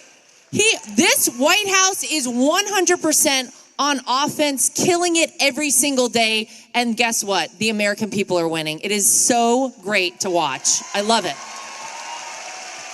Eric, I would love to hear your story from the trail, something that comes to top of mind in 2024. Oh, God. I mean, there's so many. Well, 2016, 2024, every story. I mean, guys, you got to remember, we're a political family that did not know, we were not a political family. We didn't know what the hell we were doing, right? I remember in 2016, I tell this story once in a while. My father calls me up one day on the cell phone. He goes, honey, I need you to go on Megyn Kelly tonight, all right? I need you to defend me. She's going to kill me on immigration. And I go, Pops, I'm happy to go on Megyn Kelly tonight, but I don't know a damn thing about immigration, right? I don't know a single thing. Really good at building buildings, really good at building golf courses, really good at running great properties around the world. I don't know a damn thing about immigration. Here I was on Megyn Kelly about 15 minutes later trying to defend his immigration policy. This is like 4 minutes after he came down the escalator. We're gonna build the wall. I'm like, great, this is gonna be great. I know nothing about building a wall. I mean, I could do it in construction, and we're really good at that. But think about the disadvantage we had. And Laura mentioned God before, and I have to go back to this for a second. Hillary Clinton raised $1.5 billion. My father self-funded his pretty much his entire first campaign. We didn't know what a delegate was. We didn't know what the Iowa caucuses were. We didn't know a damn thing about the game. We didn't know anything about Washington, D.C. My father had been in Washington, D.C. about 7 times. And that's when we built a hotel there, right? It had nothing to do with politics. We didn't know a damn thing about the system, and yet we were able to beat her at her own game based on heart and soul and work ethic and family. And you always have this kind of saying in politics, which is keep your kids, keep your family the hell away from political campaigns. We didn't abide by that. We did the exact, guys, we didn't have anybody. What was really funny about 2024, to kind of Benny's question, we had everybody coming up to me. I'd have congressmen every single day. I would love to endorse your father. Could you please arrange a time where I could come endorse your father, right? It actually helped them substantially more than it actually helped my father. And I'm laughing. I'm sitting there saying in 2016, we didn't have one single endorsement. It was like Don, myself, Laura, Benny, Janine Pirro Charlie. a little bit, like Charlie. Other than that, like we had no one, absolutely no one. It's just so funny how far that we've come in this little journey. Well, here's what I'll say. This isn't a campaign trail story, but this is a story from in between the campaign. You put up a picture of what I'll argue is maybe the greatest mugshot in the history of America, Donald J. Trump's mugshot. Yeah. So that night that he got that mugshot taken, I was actually seconds away. I was all mic'd up to go on TV for something, and my phone rings, and it's my father-in-law calling me, and I'm like, oh my God, he just left getting the mugshot taken. And so I pick up the phone, and I was like, hi, I'm about to go on TV, so I'm all mic'd, so I didn't want him to say something, don't want everybody in the world to hear. And he goes, okay, honey, that's okay. You go ahead. And I was like, but wait, how are you? And he was like, isn't it crazy, honey? It's just freaking nuts. And then he stops and he goes, but it's also really cool. That is who our president of the United States is, guys. That's amazing. Yeah. I was like, what a badass. Like, he just doesn't even care. And he goes, and you know who else has a mugshot? Elvis. He would say the greatest lines. He'd say the same thing, honey, is it the first time that getting indicted was great for a politician's polls? I'm like, in this case, I think it was. I mean, think about it. Every time they indicted my father, because people understood their game. After Russia, right after the dirty dossier, after the impeachment 1, impeachment 2, after going after Kavanaugh, after the constant games, after the censorship, after the gag orders, people understood exactly what they were doing to him, right? Every day that they kept him in a courtroom, people understood the hypocrisy, right? They were coming after us, but they wouldn't do a damn thing to Hunter Biden, right? A guy who had a laptop from hell, a guy who lived a very dirty life, a guy who, drugs and so many other things. But yet, so there were only so many times you could cry wolf before every American caught on. We all caught on to their system. And so all of a sudden, they would go and indict him again. They would get a mugshot, and all of a sudden, his polls would go up by another 10%. And he would joke about it. He goes, this is the first time in political history where getting indicted actually helped a person's polls. And he was 100% right. And I would actually argue that whether we're talking about the indictments, obviously mugshot, how did it all work out for old Fanny down in Fulton County, Georgia, by the way? How did it work out for her? How's it working out for Letitia James? Maybe not so great. Maybe they made some bad decisions. Whether it's that, whether it's all of the ways they try to take him off the ballot, the mud they would sling his way every possible chance, the raid on Mar-a-Lago, all of these different things, and obviously 2 assassination attempts. We all know why Donald Trump is the 47th president. It's because God wanted him to be in the White House to save this country and save the world. Because this man has solved 8 conflicts around the world, and he hasn't even been in office for an entire year. It's amazing. Peace in the Middle East. Who thought we'd see it? Donald J. Trump brought it to you. Amazing. How much did he love working at McDonald's? How much did he love McDonald's? Working at McDonald's. Well, I think he knew the menu better than most people. Benny, you've been on the plane with a lot of McDonald's. You've eaten McDonald's plenty of times with us. Like, he knew that menu cold. You should tell everybody here, honey, the story of your dad doing the drive-thru through McDonald's. So long before politics, we were buying a golf course, and so we're in this white Rolls Royce of his, and we're going down the Jersey Turnpike, and Donald Trump is driving. And he's driving. And by the way, we're doing like 45 miles an hour, and literally people are looking in the window, and they're literally, I think, giving us the finger. But he's like, everybody loves me, honey. Look at this. Everybody loves me. They're all honking for me. And so we go down there. We do the whole tour of the golf course. Talk to all the members. It was great. And on the way back, he goes, honey, we got to go to McDonald's. And I go, I literally, I can't drive 45 miles an hour down the Jersey Turnpike. I'm driving. He goes, but we have to go to McDonald's. So we go to McDonald's in this seedy town in this white Rolls Royce of his, and we pull in, and people are like, that's Donald Trump. He's like, yeah, we'll take 4 Big Macs. We'll take 6 orders of fries. It was very funny. We ended up flying back up the Jersey Turnpike. I'm like, I am driving this car back to New York because there's no way we're going to be there for a 3-hour period of time. We had so much fun together, but he knows that menu so cold. And by the way, tell me that wasn't the ultimate troll, right? You literally had a political candidate in this country who literally lied about working at McDonald's to try and become more relatable to the American people. You know, my father never played that game, right? And I always hated this. And this happened on both sides of the political aisle. But you'd see these guys show up at the Iowa State Fair, and they were in a brand new, pair of Carhartts. The stickers were still on it. They'd clearly never been worn. They were wearing a pair of work boots, the same thing. They were getting blisters because they'd never actually worn the things before. They would ride in on a Harley that somebody would give them 200 yards away from the event to try and fit in and look cool. And my father would show up in a suit and his red tie in Iowa. He flew his helicopter in one time, right? He's literally giving kids like rides around the fairgrounds.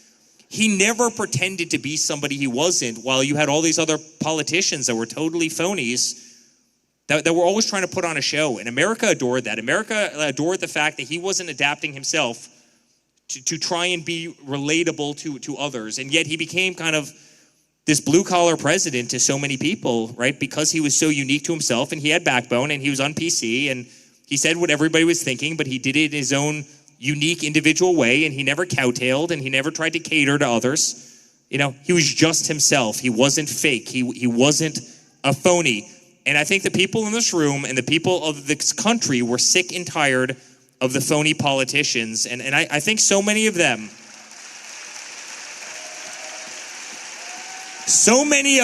have become extinct. And by the way, let me just say one last thing. He's become the greatest rhino hunter in the history of rhino hunters. He's killed every rhino in Washington, D.C., and he sent them all packing. And honestly, our party should be so thankful for that. I can't believe you didn't think that hot sauce in Hillary's purse was authentic, honey. How could you possibly think that? The assassination attempt. This is something, obviously something horrible happening on the left, where they become violent. Whether it's Luigi Mangione, they're permissible of murdering your political opponent or somebody you disagree with. And they venerate it and they celebrate it. And it's the reason why Charlie Kirk is not able to be on stage with us tonight. And it's the reason why your father got hit in the head with a bullet in Butler, Pennsylvania. What is that? What's going on the left? And can you give us a little bit of an insight, perhaps, since it is a Memorial Day and it is also such a historic day and an anniversary. What was that like for your family? Well, certainly the lack of God for these people. It is pure evil. That's exactly who they are. It's probably the breakdown of the family system. It's a whole lot of societal problems. And it's a group of people who have just flat out lost the argument, right? Isn't it really amazing? I mean, just go back. The entire Democratic game the entire time was identity politics, right? First it was you're a racist. Then it's you're anti-Semitic, right? It's like, well, he's not racist. He's certainly not anti-Semitic. There's never been a person who's been better for the Jewish state than my father ever, right? And then it's really interesting. Then it was, well, you must be sexist then, right? Because those two narratives, and it's like, that's kind of funny because Kellyanne Conway, his first, campaign manager who won in 2016 was a woman, and Lara Trump, who ran the RNC, was a woman, and, Susie Wiles, who was the second campaign manager, was a woman, but, he must be very sexist. And then it's, fine, he's not a sexist, but, he must be a fascist, and yet, who dresses up in black and takes a rifle, at a college campus and sits on a roof and shoots somebody that I truly loved, and somebody that Benny truly loved, and somebody that Laura truly loved, and somebody that we all truly loved, as you engaged in free speech? Like, is the person dressed in black holding a rifle on a roof shooting over the heads of college kids who are engaging in free speech, does that look like a fascist, or does the person who is courageous enough to go to those campuses and debate anybody on that campus because we're right on the issue, who's the fascist? It's sick, guys. It's sick. And that's why we need God in society, because God would cure so many of these problems if you had faith and you had morality and you had religion in your life. If you had good family, you had good values, you had good principles, you were raised correctly. We've got to return our society to that. And that's why family values matters. And honestly, that's why community matters. And that's why events like this matter.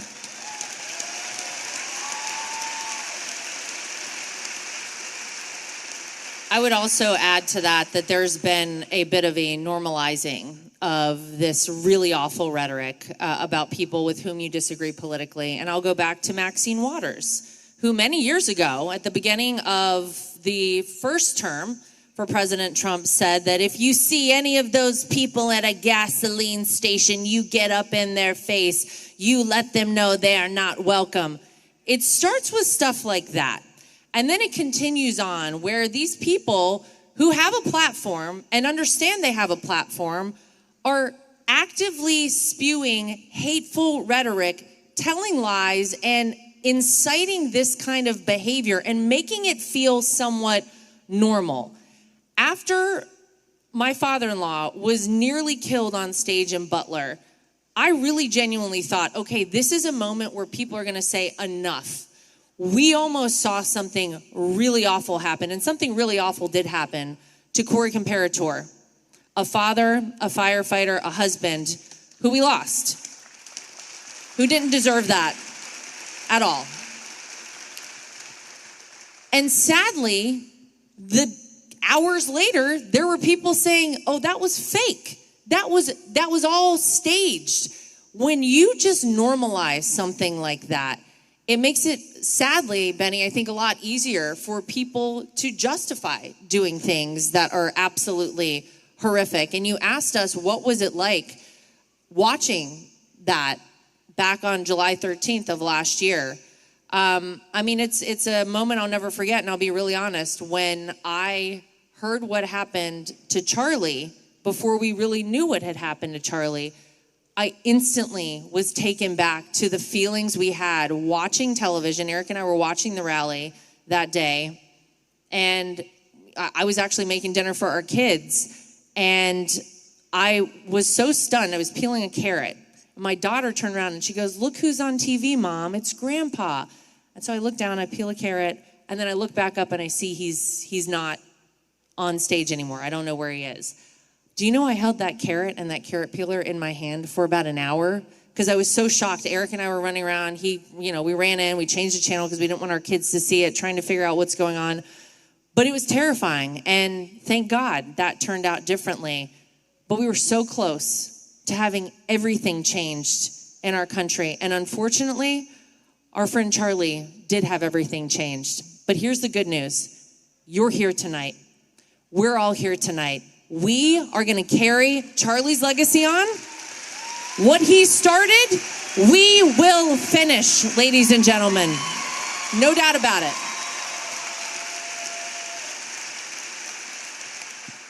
Let's just close with this question, then we'll open it up for questions from the audience.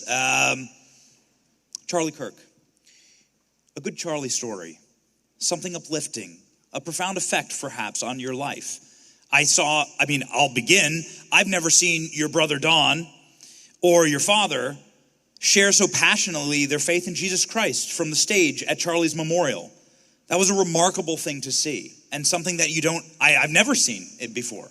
And that was the number one most apostolic event in human history. That was seen by hundreds of millions of people, if not billions.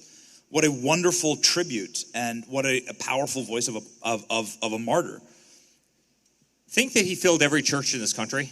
You couldn't even get into church in this country on the following Sundays or ever since then, all because of the action of one lunatic. I mean, think about that. I'll never forget. So about 10, 11 years ago, I met Charlie. He came in. He was 21 years old. He came into my office in New York. He came into Trump Tower, 25th floor, and he met us. Somebody introduced the two of us, and he told me exactly what he wanted to build. And at that time, he only had a couple branches on a couple campuses. He didn't have the infrastructure. He didn't have the footprint. He didn't have the reach. Turning Point was 1/1000th of what it is certainly today. And he goes, "Eric, I'm going to literally change the hearts and minds of youth in this country, and I'm going to start one campus at a time, and I'm going to go across the campus." I go, "Charlie, how are you going to do it?" He goes, "I'm going to invade the student body governments. I'm gonna get every elected conservative. They're gonna become elected, student body leaders. I'm gonna go one by one, and we're gonna build this apparatus. And listen, a lot of BS comes through our office doors, right? I hear about a different project every single day that'll probably never get built, and a lot of grand ideas. And I'm saying, wow, this kid's incredible. This guy is really incredible. I mean, pretty lofty goal. I'm not sure if anybody can succeed. How do you change the hearts and minds of youth in this country that has been so poorly indoctrinated by so many teachers, by, not here because you've got a great institution, but by revisionist history? I mean, every single day they're trying to edit our textbooks, change the textbooks. How are you going to go about doing this? And he laid out the plan. And why I say it's deja vu is you're sitting here with somebody missing who was a person that we loved and a person we knew. But every single thing he told me a decade ago, right now, just over a decade ago, has come true, guys, has come true. And you are living proof of it. The fact that we are here and the fact that over 100,000 chapters have applied to Turning Point to become chapters. And this movement and the churches and the stadiums and the auditoriums and the masses of people and the lines. I mean, the lines were forming for this event as we were leaving Florida, and they were long. What does that say about Charlie's legacy? And so for me, it's absolute deja vu. I mean, everything he said he was going to create, he did so times 10. And he is so much bigger right now than he could have ever possibly known. And that's why he's going to live in our heart. And if you think that by taking his life, they were going to silence this movement, they did the exact opposite of what they intended. Be careful. There's something called the law of unintended consequences. The law of unintended consequences. It certainly happened in 2020 when they thought by rigging an election, that was going to be to their benefit, right? No one actually believes that Joe Biden got 16 million more votes than Barack Obama did in 2012. Give me a break. I mean, not everybody might love, Barack Obama, but the guy was charismatic and he could formulate a sentence, unlike Joe Biden, who literally hid in a basement, right? It was their law of unintended consequences. What they did to Charlie Kirk was another law of unintended consequence, and it was the biggest single mistake that they could have ever made.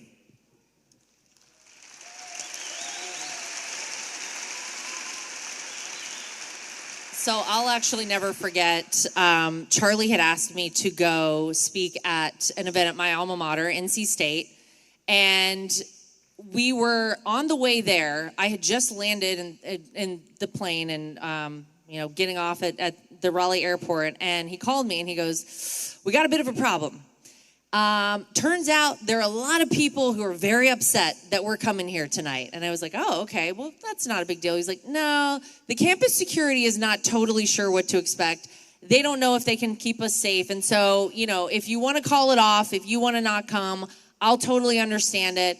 I'll continue on. I'll probably go and speak anyway. But if you don't want to come, then, I get it." And I was like, no, I'm going to come. I'm not going to leave you to hang out here. What was so amazing to me is that there was not a point at which Charlie was ever going to say, we shouldn't do this. He was dedicated to going on that campus. He was dedicated to making sure that the conservatives on the NC State campus felt like they could come out, felt like they could share this moment, and he was going to go. And I'll tell you what, we had an incredible event. There were some lunatics outside, but that's okay. They stayed outside. We had a great event. And you know what? I really appreciated his fight in that moment, because I do think a lot of other people would have said, "Oh, we got to call this off. I don't know." He was not willing to do that. And I'm so glad that you guys are not willing to give up either. The fact that you're here tonight speaks volumes. We are 1 year out from the biggest election win I think we can all remember, the biggest comeback, as we talked about already. But we're also a year out from midterms. And I want to say this right now. We cannot leave anything to chance. If you take nothing away from yesterday, these elections, we're in blue areas in New York City, in Virginia, and in New Jersey. But the fight is not over. And it takes all of us in here to do that. So as Charlie did on that NC State campus, we're going to continue on. We're going to continue fighting. And I'll tell you what, if everybody in here does what I know we can all do, we're going to continue winning as well.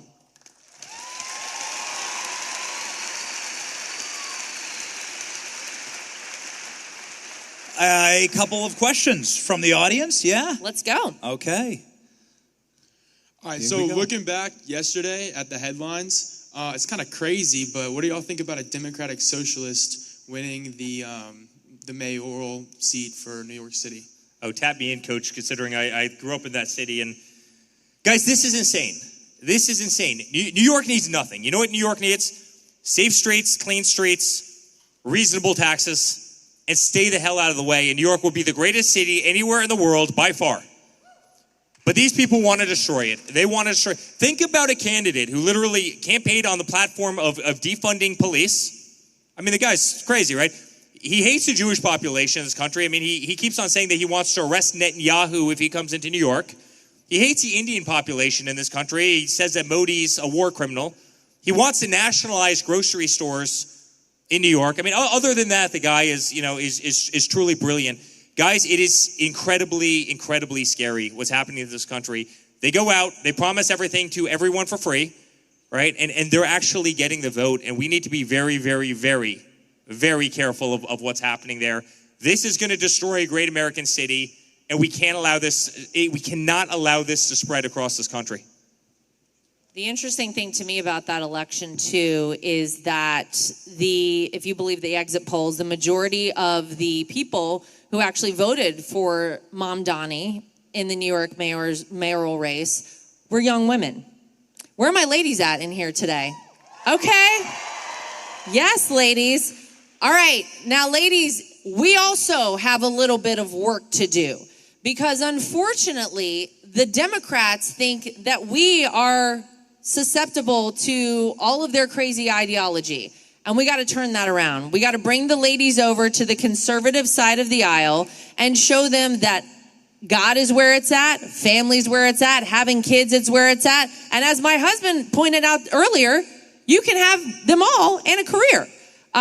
We have to start doing better with speaking to everyone out there, including young women around this country. But I'll tell you, the thing with that race that scares me is that is the beginning. And that is the new face of the Democrat Party. If you think they're going to stop at New York, you are kidding yourself. It will be all over the United States of America, which is why we're going to have to fight even harder going forward from here on out, because we can never let this happen ever again in the United States. Thank you.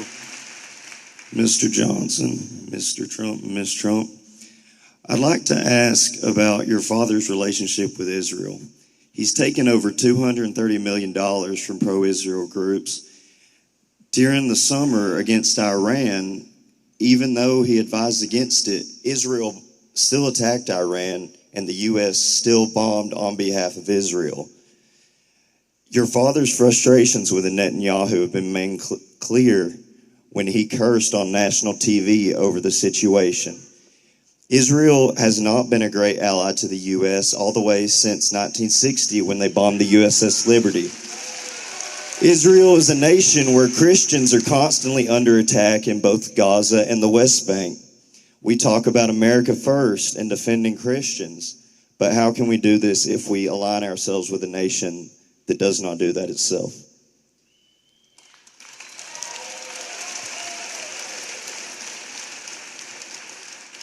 There's no question my father's had frustration. In fact, I think he's had frustration throughout the whole conflict with both sides. At the same time, make no mistake, you have a nation that is chanting death to America every single day on the streets of Tehran.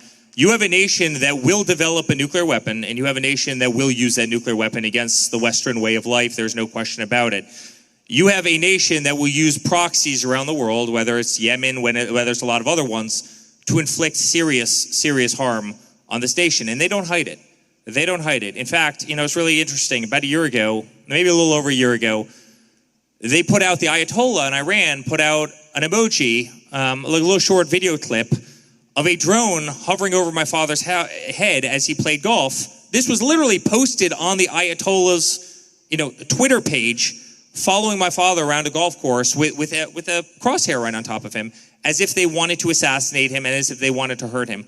Guys, Iran wanted to destroy our way of life. They wanted to hurt us. They wanted to inflict real pain. What I can tell you about my father is, in terms of Israel, He wants a peaceful Middle East. He wants peace around the world. He wants to end the killing. He did that with India and Pakistan. He did that, obviously, you saw what he did with Cambodia and Thailand. He's tried to stop every conflict because he's sick and tired of the death and destruction. So there have been times that he got mad at Netanyahu. There's plenty of times where he's gotten mad at Putin. There's times where he's been mad at Zelensky. And he uses all of that as a tool to stop pain and destruction and death of people that are our age, your age in most cases, who have become political pawns and who have been marched into literally trenches and killed by the millions. And that's what my father wants to see end right this second. And that's why he's worked so hard for peace around the world. In fact, Donald Trump is the only president in the United States history that's never brought America to war. And I hope he keeps following in that crusade.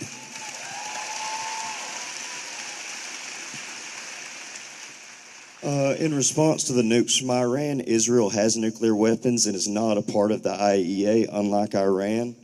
And it's just sad to see because I've never seen the American president get treated the way he does by the Israeli government. Here's what I'll add. Do we or do we not have phase one of a peace agreement in the Middle East right now? Nothing is ever going to be perfect, but I'll tell you what, this president works with what he has. He believes in peace through strength. And whether we're talking about in the Middle East, whether we're talking about a 40-year war like Armenia and Azerbaijan, as Eric just pointed out, a 5-day war in Thailand and Cambodia, this is a president of peace. And sometimes you have to be slightly unconventional with how you get there. You use what you have. That is certainly what he's been able to do. And I would just say, peace around the world sounds pretty good to me, and that's what this president is bringing.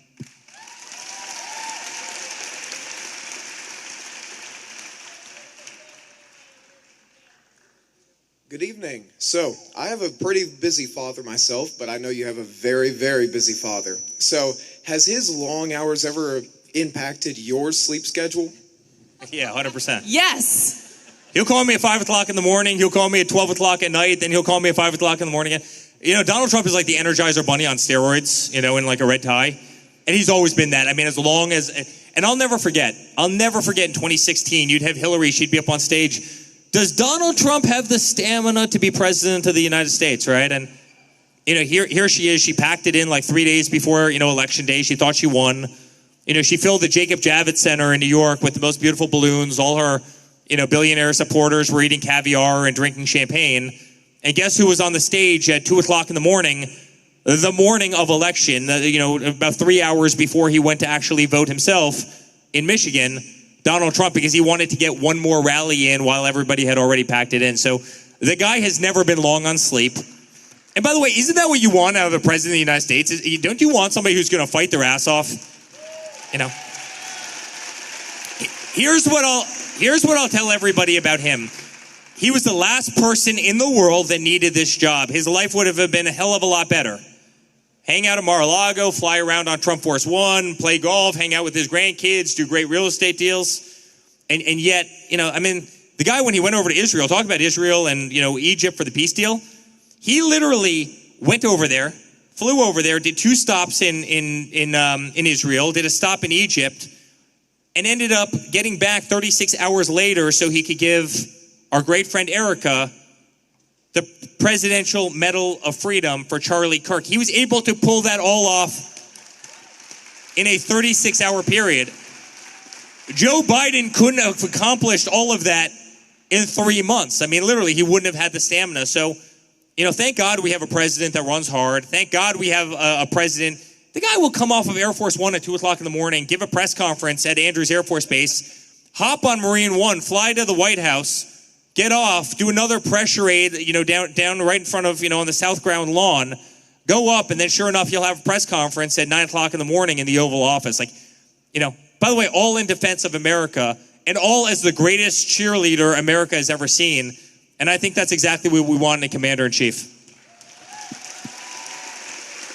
And by the way, Benny, you asked about good campaign stories. This is one that speaks exactly to that.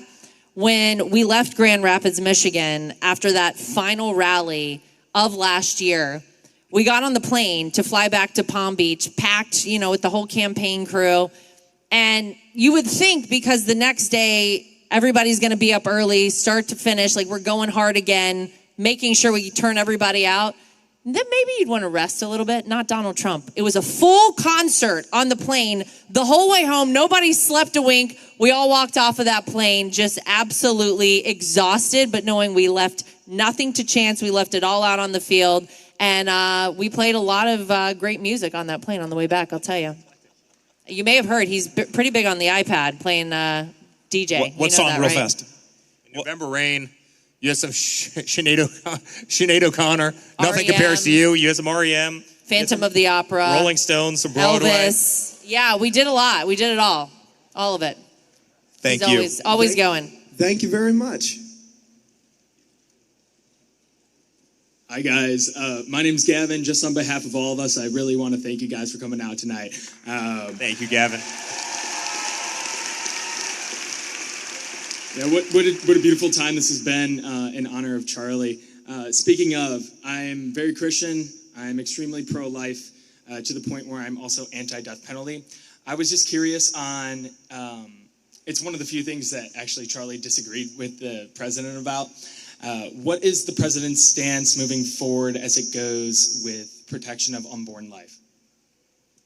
Well, I think you know where he stood all along. I mean, this is the first president to participate in anything that has been pro-life, to the capacity that he has. I think he's been very clear on his stance for that. We know that he promised us that he would put Supreme Court justices on the bench. He put 3 of them on there, and we saw the fall of Roe v. Wade, right? He worked very long and hard to ensure that he got good people to do that. The first president to speak at the March for Life, and I don't think he's ever shied away from his position. And he's the one who will tell you the story about actually changing his position, that for a long time, he wasn't pro-life until he actually met back up with a child of someone who he knew from years before who thought about having an abortion, kept the baby, and then he talks about the fact that he met this young man or woman who really impressed him, that he was like, God, this is what happens. This is what the beautiful part of life is all about. And it changed his mind completely. So I don't think he's changed his stance. I think he's been very clear on that. Anything else to add? Yeah. Yep. Thank you. But as it goes for stance on the death penalty, do you think that any more can be pushed in that direction as it goes for a pro-life stance? Yeah, I think he's probably not changing his mind on death penalty. There's a lot of people who have inflicted a lot of harm, and I get it. I get it if you're pro-life, but I don't think we're changing his mind on death penalty. Probably not. Thank you, guys. Thank you. A lot of presidents, a lot of Republican presidents in our lifetime have said that they are pro-life, and not a single one of them went the 200 feet from the Oval Office to the March for Life, and President Trump has done it every single year. Spoken to the March for Life and done so very strongly. Hi, you guys. My name is Audrey, and I want to thank you guys again for being here. This is such a special moment for everyone. I would like to preface, I'm from the suburbs of Chicago, and ever since I was little, even up until now, my parents have advised me to stay away from Chicago, and I can see why, and I do. Our governor is a disaster, and he denies the crime that goes on in Chicago, and he goes against federal laws and policies, and it really sucks. And I just would like to know what steps President Trump will be making to lessen the crime in Chicago. I really appreciate that he's already taken steps with the National Guard and ICE agents, but I would just like to know what steps he'll be taking in the future. So, Audrey, this is such a great question. And by the way, this has real, deep meaning. I built our building in Chicago. You've probably seen it many, many times as you were in there. It's the tallest building in the city, second tallest building in the city, the 7th tallest building in the world when we built it. And Chicago's gone to hell, and it is deeply sad. And Chicago's a city that's been run by Democrats for the last 100 years. And despite that, they go further and further and further to the left every single election, and it gets worse and worse and worse. And if you look at what my father did with Washington, D.C., in 12 days, they arrested 4,300 people. And crime went from being astronomical, not quite Chicago, but bad, to being 100% perfect, meaning, they have no murders. The point is, we've seen this story before. We've seen this movie. It can be done. And yet, I know your governor, and I know Pritzker, and he's been an absolute disaster. I mean, you have the president of the United States saying, I want to come, and I want to be your partner, and I want to fix this problem. They had a weekend recently where you had 70 shootings, and a lot of those translated into murders. Every single day, brothers and sisters and husbands and wives and daughters and sons are getting mowed down, and they don't give a damn. And you know why they don't give a damn? They don't give a damn because if Donald came in and he fixed the problem, it would be a huge stain on the Democratic Party forever, in that he was able to fix a problem that they, for the last 100 years, couldn't get under control as it progressively got worse. Remember the problems you had in Chicago. I mean, you literally had people under Lori Lightfoot, who was the last mayor of Chicago, who were leaving piles of bricks along Michigan Avenue so people could go up, grab the bricks, and throw them through, storefronts. And you know how I know this? Because I took care of every single one of those, those Chicago PD officers in our hotel that were bloodied, that were cut, that were beat to hell. We took care of them in Trump Chicago. Like, we became like their fortress during remember, it was it was the summer of love, they called it. It was the mostly peaceful protests, as CNN called it, as the cars burned on streets all across this country. It is so sad because we know the problem can be fixed. It was so sad because Donald Trump has already proven that he can fix the problem. The problem is you have corrupt, incompetent politicians who don't care about this country and don't care about the citizens, but only care about their political party, despite the fact that comes at a massive detriment to the people of Chicago. And I'm telling you, if you gave Donald Trump 2 weeks, you'd have the safest country in the nation. We've seen it done before, and I hope to God he goes in there and just takes care of business, because the people of Chicago deserve it. Thank you. I agree, and I believe in him. Thanks, Audrey. This will be our last question. Hello, so we're in high school, and talking about politics is just really brutal because it goes straight to name calling. So my question is, for people who disagree with us, how can we try to find a way to commonly come together and talk about it our age? Well, first of all, thank you, ladies, for being here tonight. This is absolutely incredible to have you. And I would say, if you ever feel like you are too nervous to talk to somebody or you're not sure what to say, remember our friend Charlie Kirk over there. Channel Charlie. Take a moment. Understand that you are speaking from a place of truth. You are speaking from a place of goodness. You are speaking from a place of understanding. And you can just tell these people that this is what you believe. They don't have to believe it with you. And that is the beauty of the United States of America, because we can agree to disagree in this great country. That's what it's all about. But also have backbone. I can't tell you how little backbone so many people have, right? When DEI was running rampant, guess who went against it, right? And that wasn't popular, and that was often hard. When my father had to go out, and remember how brutal it was? You had men my size swimming in women's, collegiate sports, right? And that became the acceptable norm until Donald Trump came in and started beating the drum. Once in a while, you have to beat the drum. You have to stand up for what's right, even if it feels unpopular. So oftentimes, the things that feel unpopular are actually the most popular things. You can't back down, and you can't cower, and you can't hide, and you can't silence your voice, and you can't just think something and compartmentalize it. You actually really have to follow your heart, right? And you also have to be smarter than them. That's what Charlie did better than anybody. He was the best debater, and he was sharper than them, and he was right on the issues, right? So between the fact that he was smarter and he was actually correct in terms of the policy, he could win the debate. And that's what I hope you can both do, and I think that's what I hope we can all do. Be smarter than them and be right on the issues, and win the debate, and do so using civility, and not evil and violence, which is so oftentimes what the side that is losing in this country is resorting to. Thank you so much. That's really helpful. Thank you, ladies. Thank you, Auburn. Thanks, guys. We love you guys. That was awesome. This is it for tonight. Thank you guys very much. We love you. God bless you guys. Thank you.